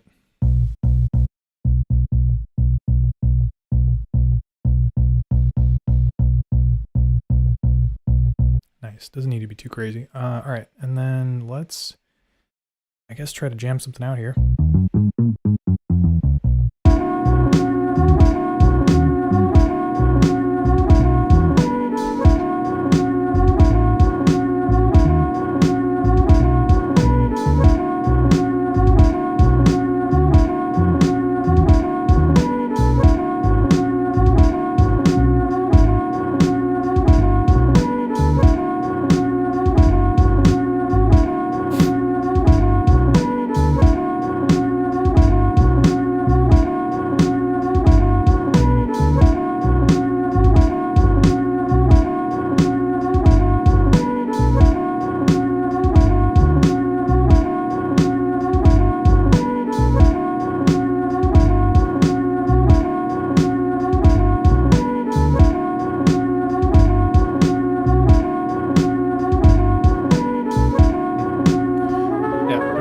Idea was there. Let me make this 2 bars instead of 1 bar so we can get sort of more room to play with, basically.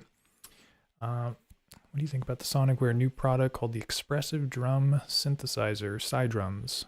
I think it's pointless. Such a cash grab, sadly. Should be an early update. Yeah. Yeah, I saw that and I was like, that looks kind of interesting, I guess. But yeah, it's like it's more of like a drum machine, drum synthesizer, I guess is how they market it. Yeah, I watched like the intro video on it. It seems pretty cool.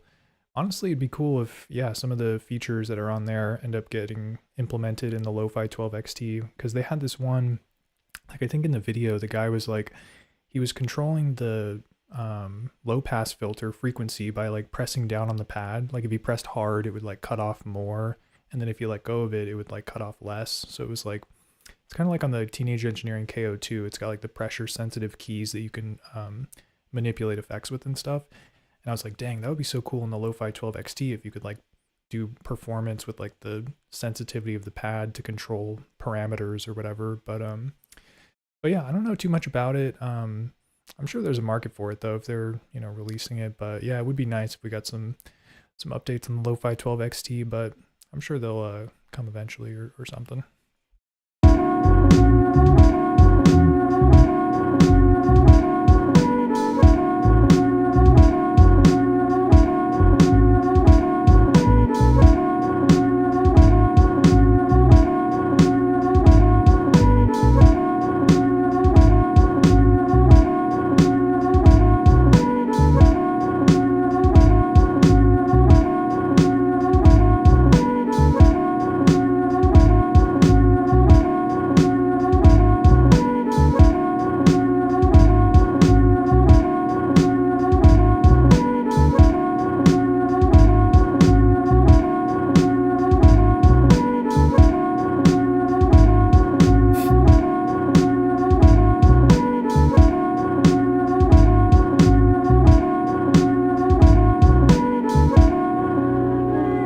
Nice. Yeah, that bass line is pretty simple, but I think that'll work.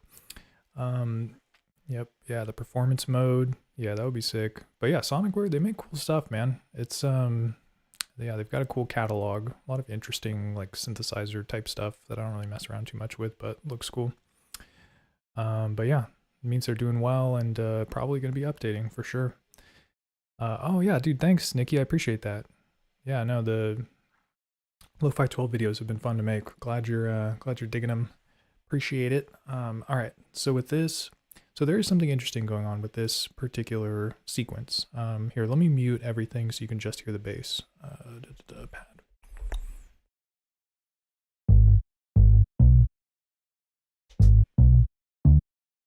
So you hear this last note, it just cuts off like pretty immediately. Here, I'll play it one more time. Take a listen to this one.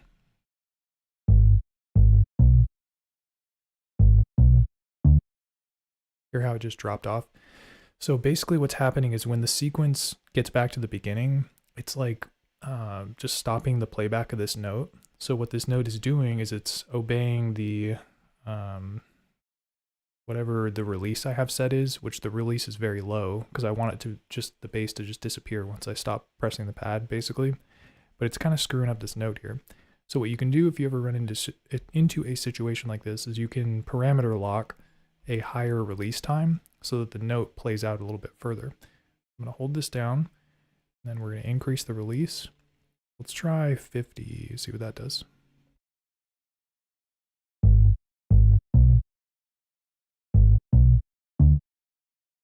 Dang, still kind of sounds janky. Let me try 70, that seems like a lot. Let's see.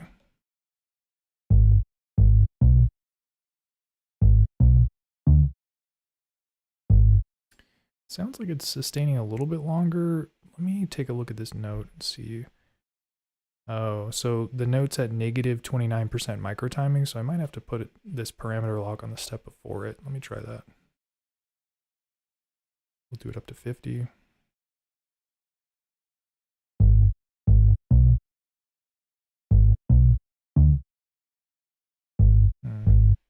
Still kind of sounds like it's dropping off a little bit frequently, but I don't know. Maybe I'll try doing this even more.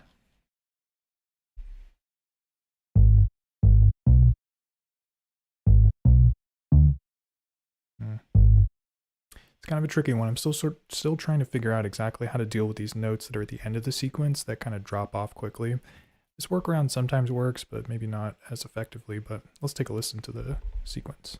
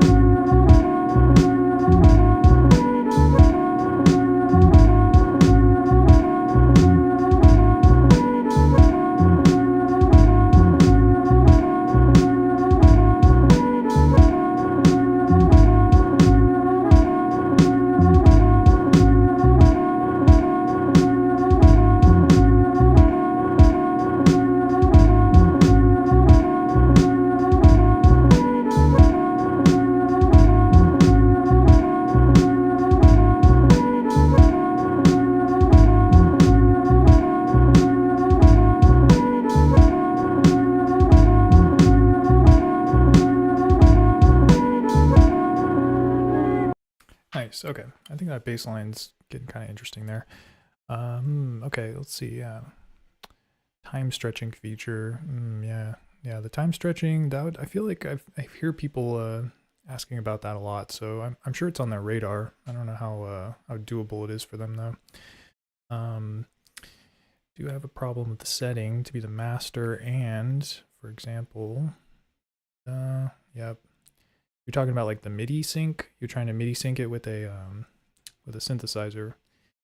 Yeah, I mean there's like some MIDI settings that you could try, like of course making sure the track is set correctly. Actually, I think this is more of like receiving. I think these are sends too though. Like track 5, for instance, would be sending on channel 5, and then you could change it by turning the dial. And then the config, there's some settings in this section that I'm like not really too familiar with. Like for instance, this active sense one is like, I don't even know what the heck that does. But yeah, you might just have to like turn on some of this stuff in like the MIDI channel settings to get it to like control your Model D. Yep. Don't get set channel. The set channel. You're talking about like the auto channel or something? See channel. So there's out channel. PC, which stands for program change, auto channel, and then project channel. Yeah, MIDI can be kind of tough. There's a lot of moving parts. So yeah, definitely try messing around with it. Hopefully something in this menu here can solve your problem. But yeah, and then in terms of the time stretch, I've heard that there is a way to do it using modulation. You can do like a LFO. I haven't been able to figure it out though. Someone commented on one of my videos like a long time ago talking about it, but I don't really know what the procedure is. In fact, I'll probably try messing around with it after this, once I get this beat finished up. So let's get back to it here. So we've got the sample chops, the bass line, the drums. I'll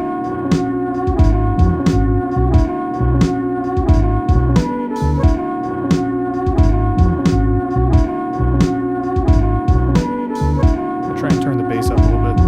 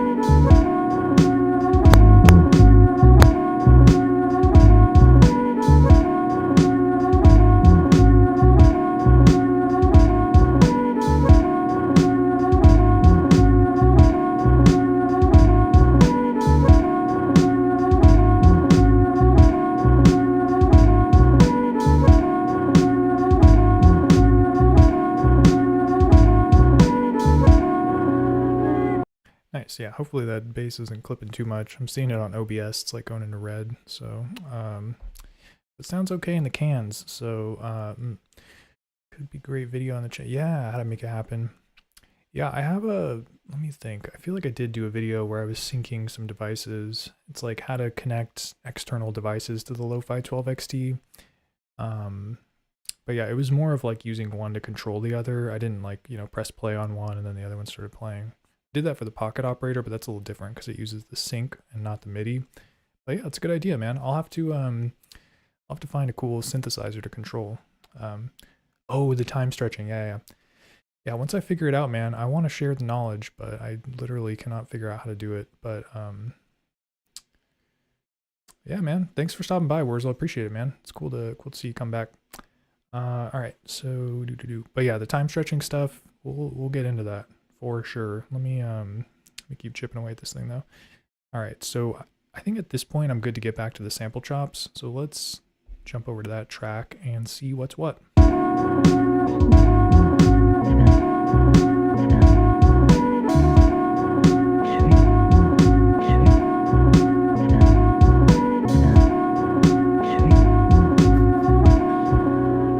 Figured Dude, it sounds so sick. I don't even know what I want to do here. Let me save this pattern so I've got backup of it. And yeah, I'm just going to punch in like some random notes.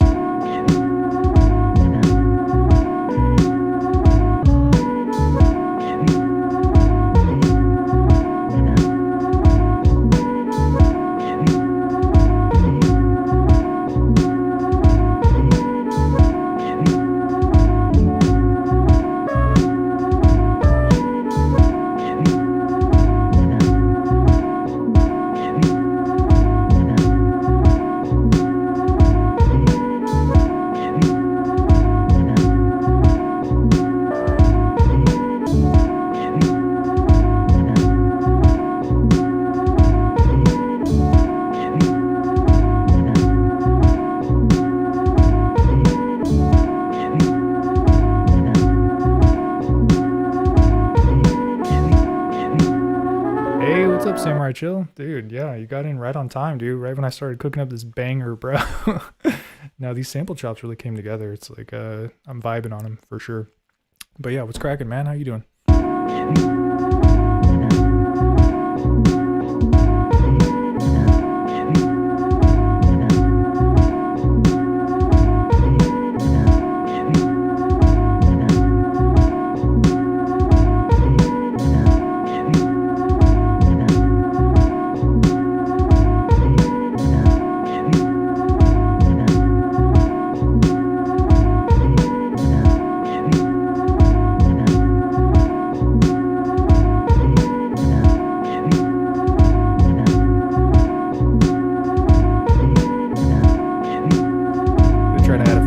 Sample chops.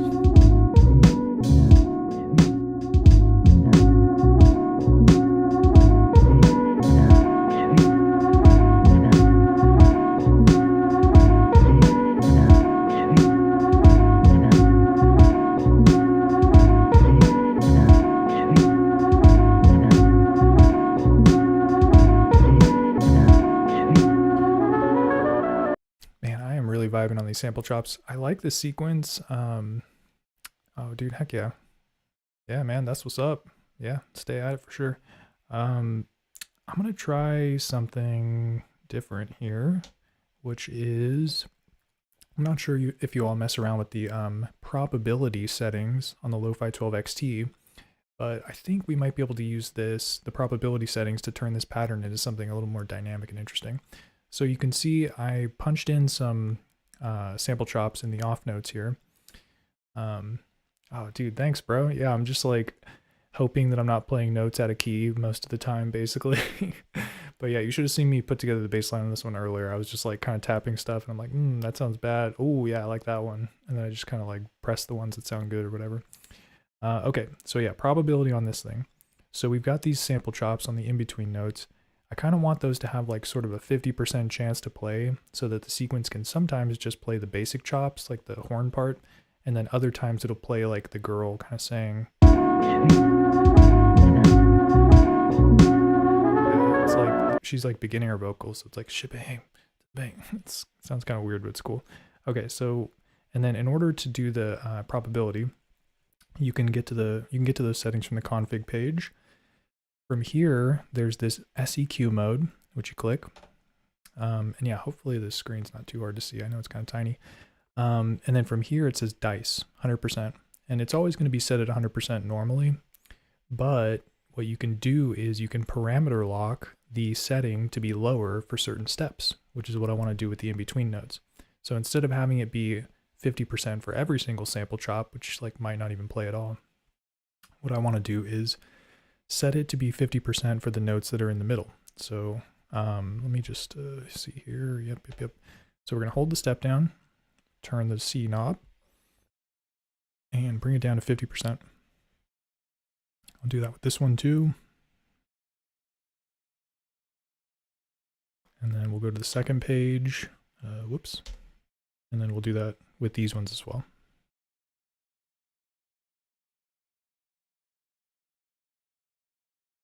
Okie, almost got it punched in here. All right, and then this one too, I guess. Why not?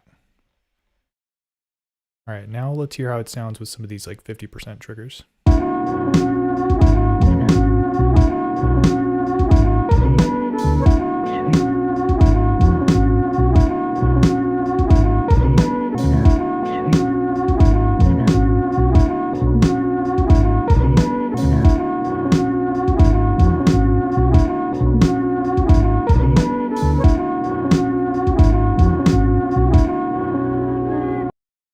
Nice. You can hear it's a little more dynamic. Because yeah, basically these middle notes are only coming in every now and then, so it kind of sounds like it's got a different sort of vibe to it, basically.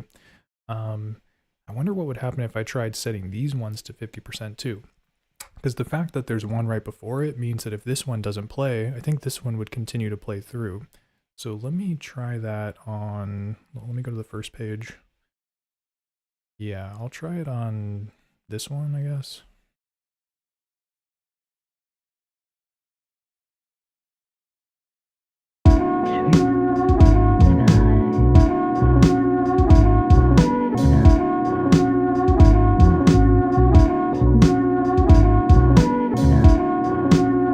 Actually sounds pretty sick.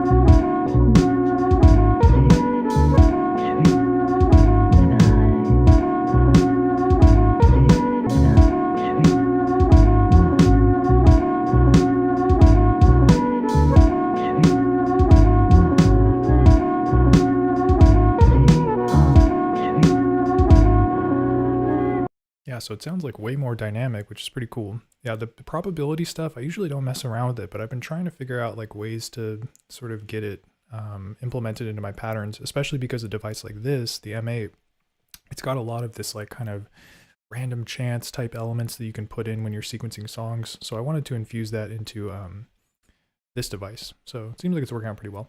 All right, so what other layers can we get on this? Let's take a listen here.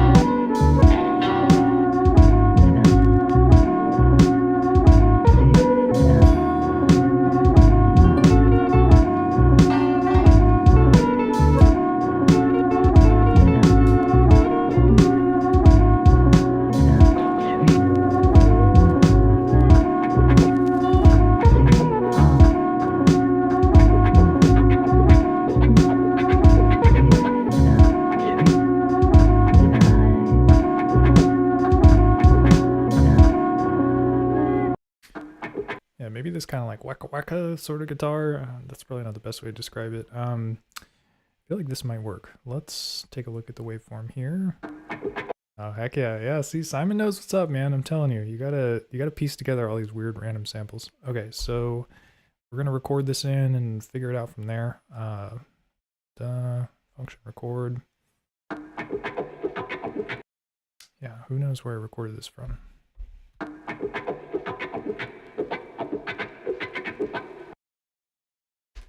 Okie dokie, and I feel like this is one that would be good to chop, so we're gonna go through that.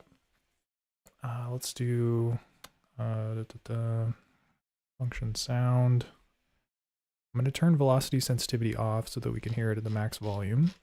I'm gonna turn off 12-bit mode as well, like I mentioned earlier. I usually turn that off and then bring it back on if I want it. And then go to slice mode.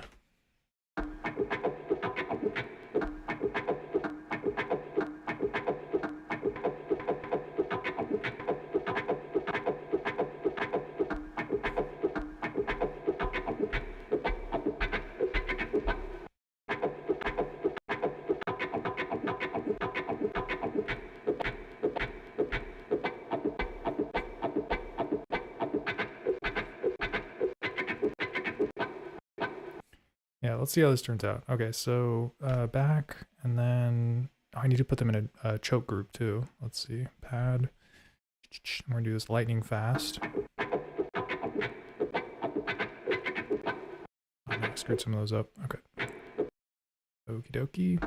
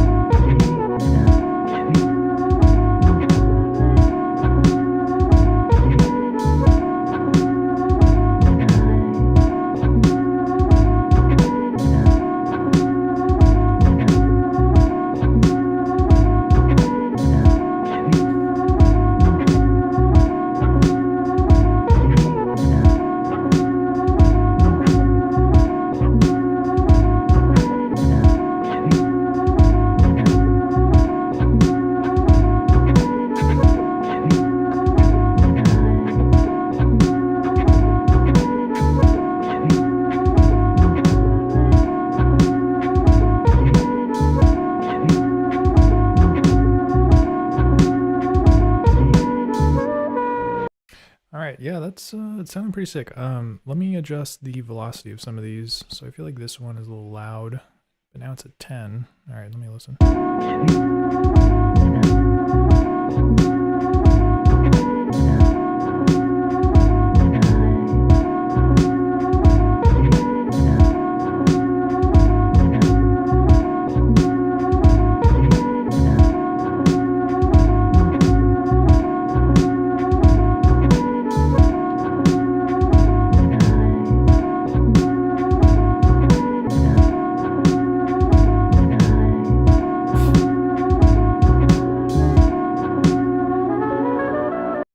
All right, so that's a nice little pattern. Let's see what it sounds like with some delay on it.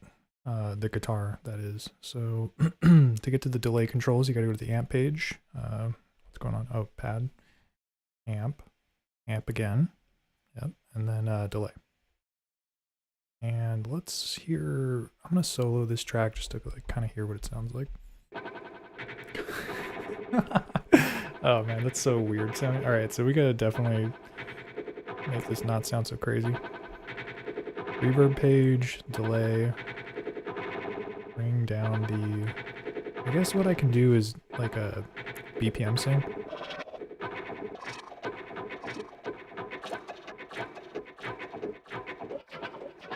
Let me turn this thing off. Okay, feedback down, let's listen.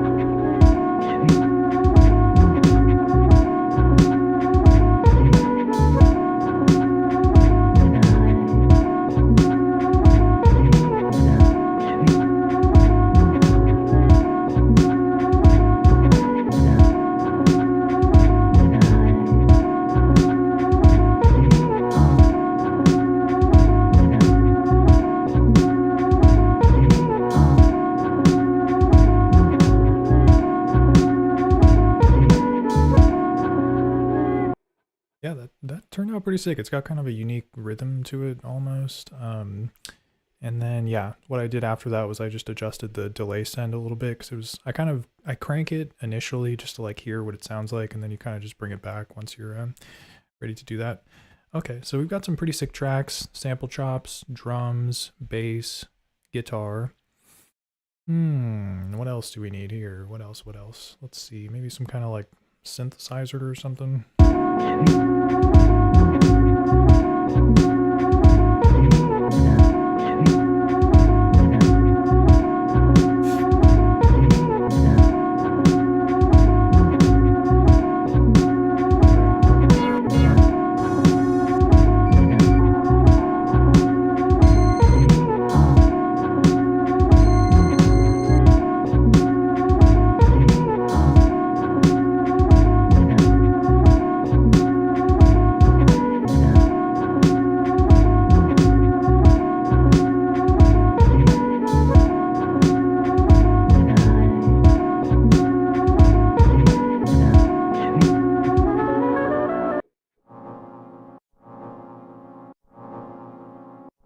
Trying to audition these samples, but they're like super quiet. Let me see if I can turn this thing up more. Oh yeah, this thing, the volume is down. All right, let me listen here.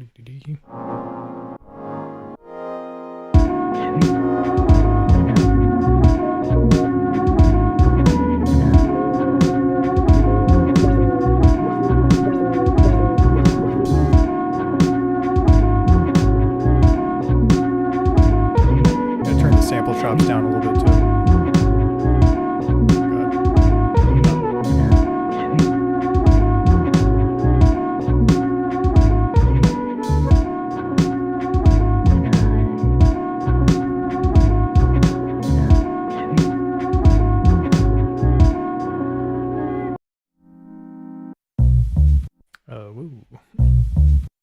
heck's going on? Stop it. Yep. Okay. Let's see. Roads.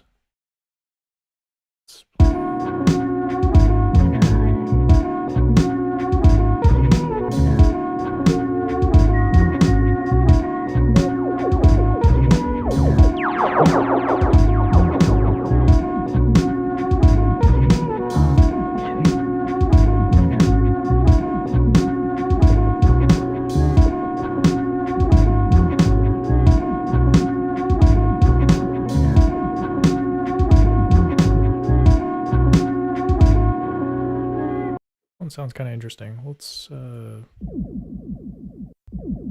little low in the mix, but I think it'll be a nice layer. So let me just punch it in here. Track 7.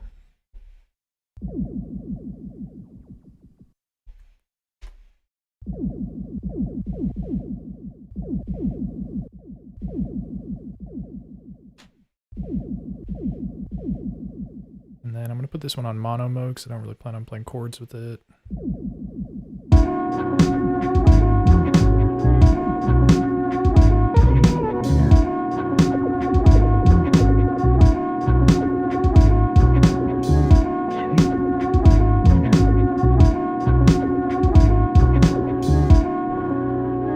It's kind of hard to hear though, it's a little low in the mix.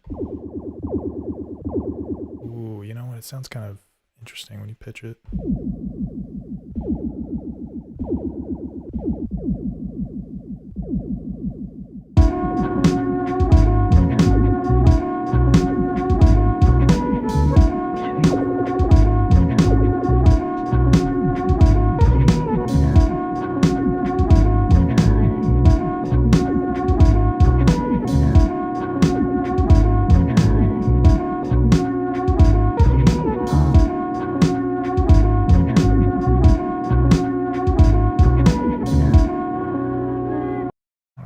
Just record this in.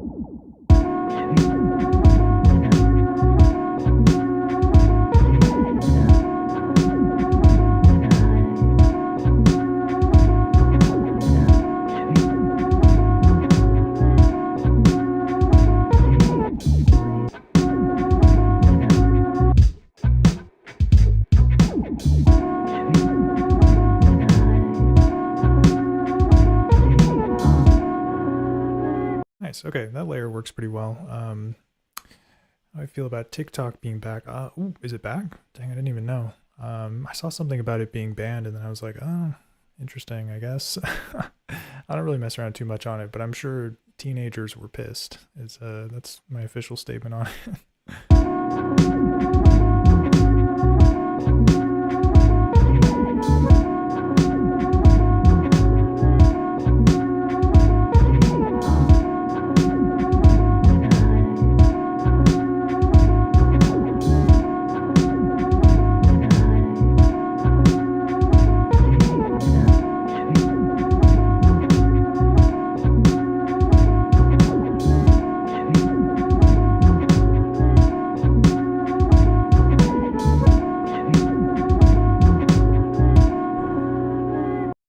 This beat is sounding stacked. I do want to add one more layer. We have one free track open, and I'm thinking like a kind of like nice high-pitched string, like, I mean, I didn't really hit a high register there, but you know what I mean? Just kind of like having that sort of in the back, sort of that's the vibe. I'm going to stop doing that. But yeah, let me see if I can find a string sample that works.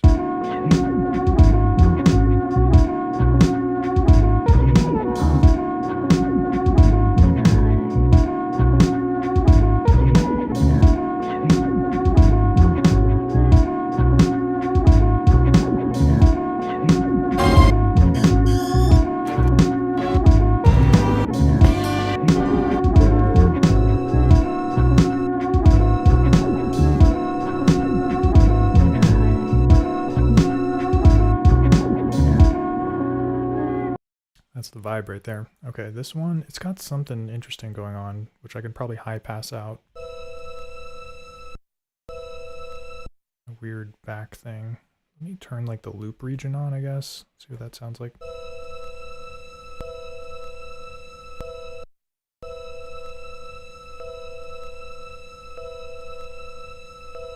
I think that'll work. So let me record this in.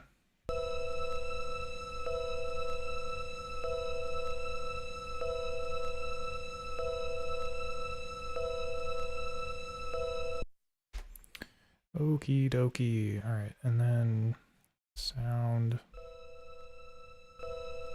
I might turn loop mode on this thing too.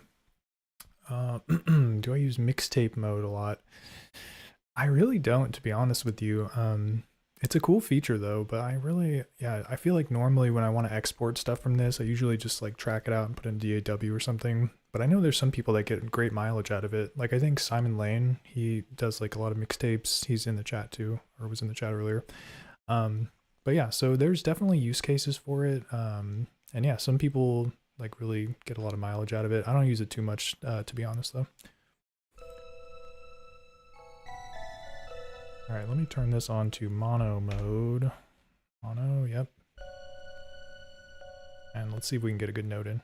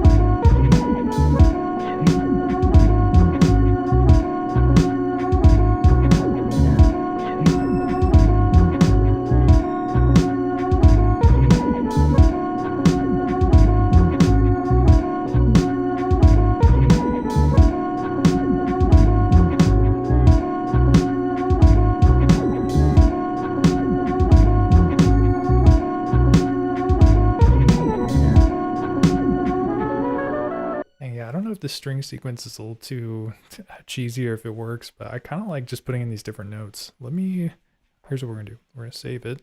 Yeah, function save. Yep. And then yeah, I'll dial it in. Config. And if I don't like it, I can always load it back. Okay. I don't even remember which notes I was playing.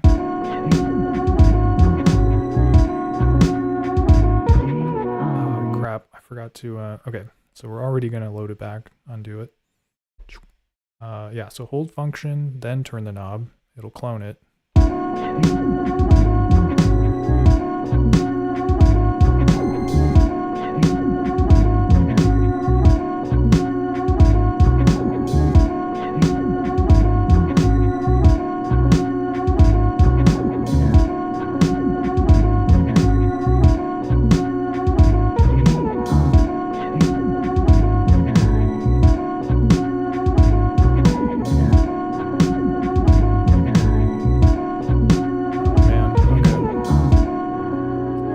This is kind of another challenging part of editing sequences where there's like multiple notes on the same step is you have to like, so you can see here, let me just go back to the main screen here. Sound, main, pad, yeah, whatever. Okay, sound. All right, so I have this string note right here and it's going for the entire 16 steps, right? So let's say that I want to edit this note, which I just recorded in with a live performance. I'll select it and then, well, hold on a sec, let me go back. So I'll select this one on step 13, but you can see it's still the D4 that I played here. So what you have to do is you have to select the step, then you press the down button until you get to the next note. And so the next note is this one, G4. This is the one that I want to edit. So it's kind of tricky if you have a sequence where there's like multiple notes on the same step. You kind of have to like press down to get to it. Okay, but yeah, this one I want to turn up, I think. Or no, maybe I want to turn it down. Let's see. Yeah, I want to turn it down.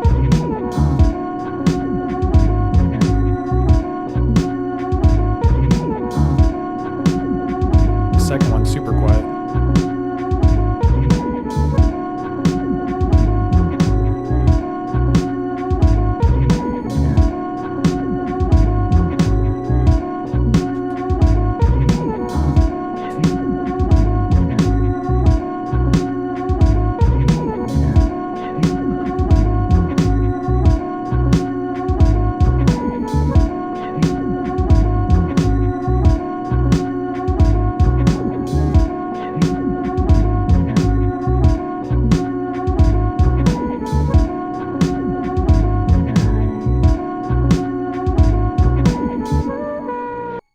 Nice, okay.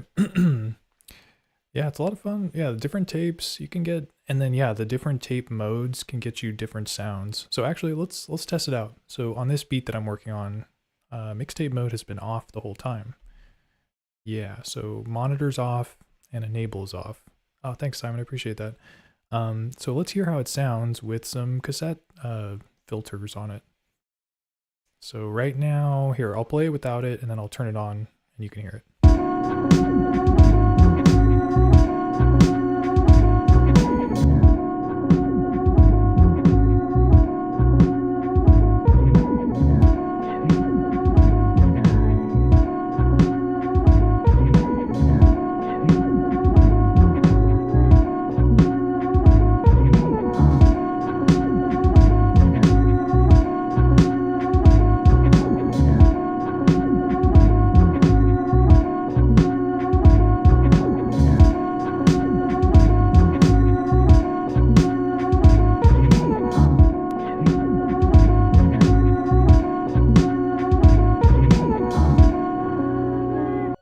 Like type 1. Yeah, I feel like a lot of it's just kind of like a low pass filter almost, but there's something else going on that it does to change the sound, which is cool. Okay, so yeah, type 1's pretty sick, so we're going to leave that on actually. And then let me try that trick that Simon was talking about earlier, which is the high pass filter on the master effect, and see if we can really crank the bass up. Okay, so we're going to go to the mix page, MFX type, set it to filter, which it is.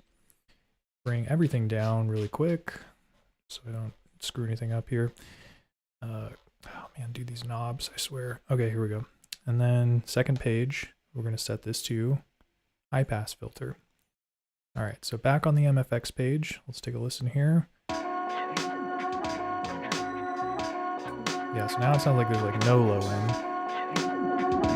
Turn the resonance up.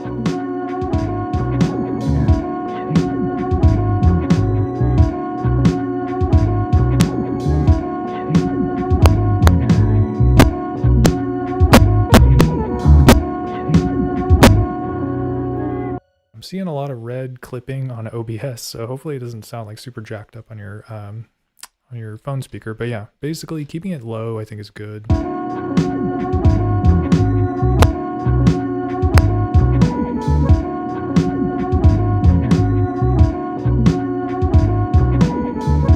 then with it off.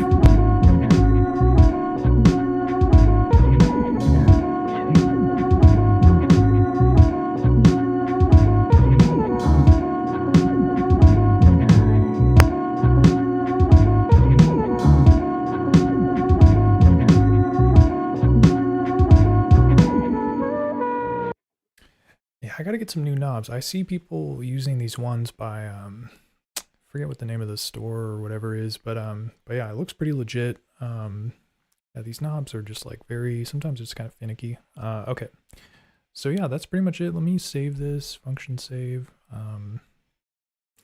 Yeah, I don't really get into song mode too much. I feel like that's all I do with this device is I just make like a really sick loop, and then then I call it a wrap basically.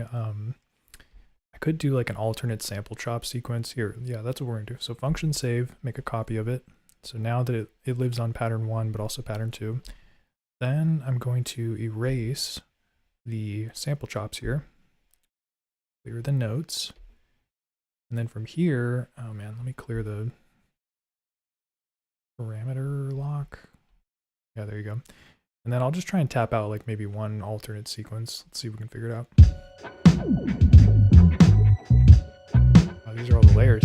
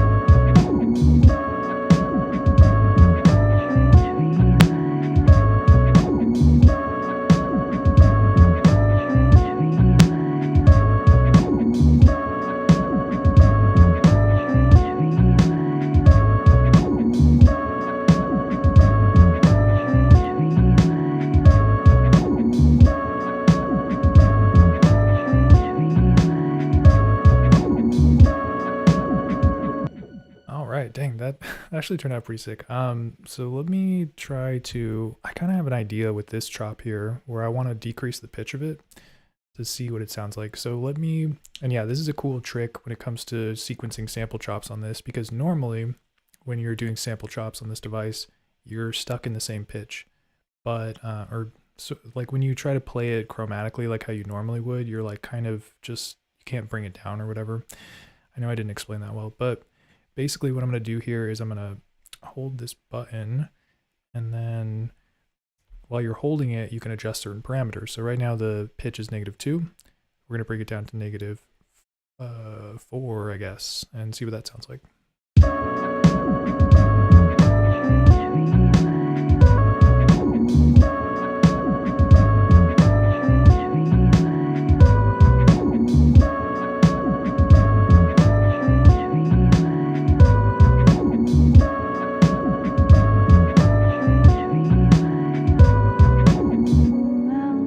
Yeah, so I basically turned this chop into, I mean, this is what it would sound like. Let me go to pad mode, which I'm in.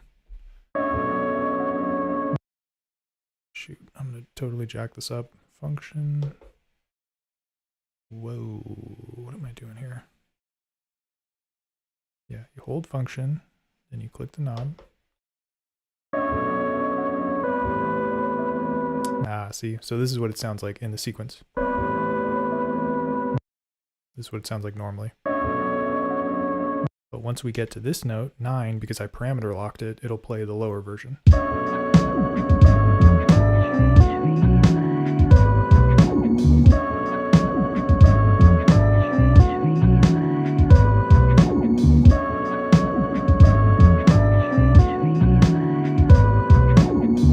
I'm going to try and decrease the pitch of this one too.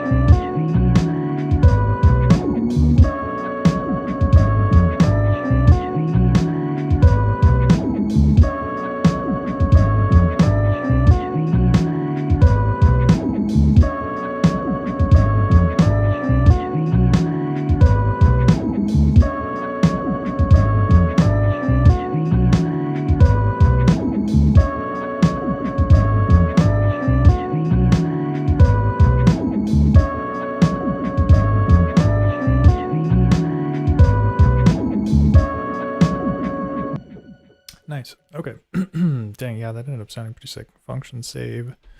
So that's kind of like the part 2. Let's hear them both like back to back. See if it kind of vibes well.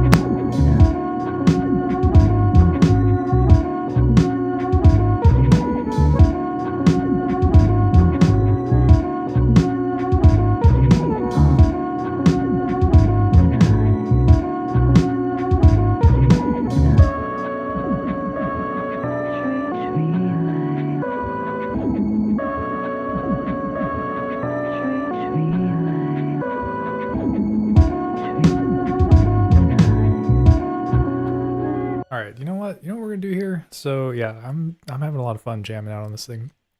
I'm gonna turn on mixtape mode and save a copy of this because you know what? Simon gave me a great idea, which is that I need to start using this thing more. So you know what we're gonna do is go to mixtape mode, turn on enable. That way I can save a copy of it. And if you're not familiar with how mixtape mode works on this device, basically you function, press mute, brings you to this mixtape menu. You have a couple options here when it comes to the filter that you want to add or the cassette type. Basically, it kind of just changes the sound a little bit. Right now we're on type 1. And then monitor lets you hear what it sounds like. And then this enable mode, basically what's going to happen now is when I press play, it's going to save a WAV file into the SD card so that there'll be a copy of me. And it captures a lot of stuff. It'll capture my like live performance, anything I mute out, filter sweeps that I do, and like all that other stuff. It'll all be a part of the mixtape file.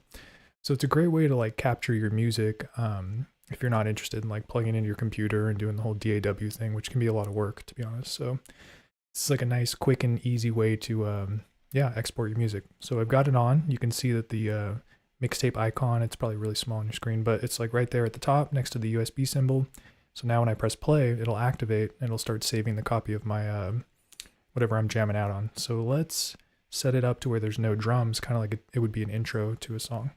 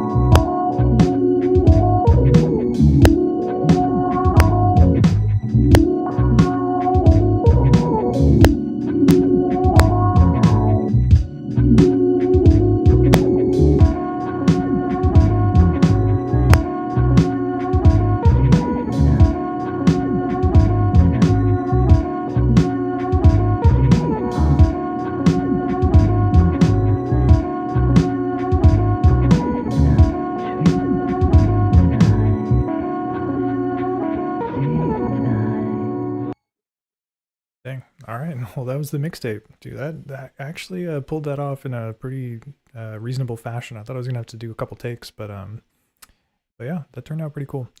And yeah, so now basically there's gonna be a WAV file on the SD card, which I can then, you know, save in a folder and start collecting my beats and eventually, you know, maybe put something out or whatever. But yeah, that's basically how mixtape mode works. Let me turn it off so I don't accidentally screw that up. Cool.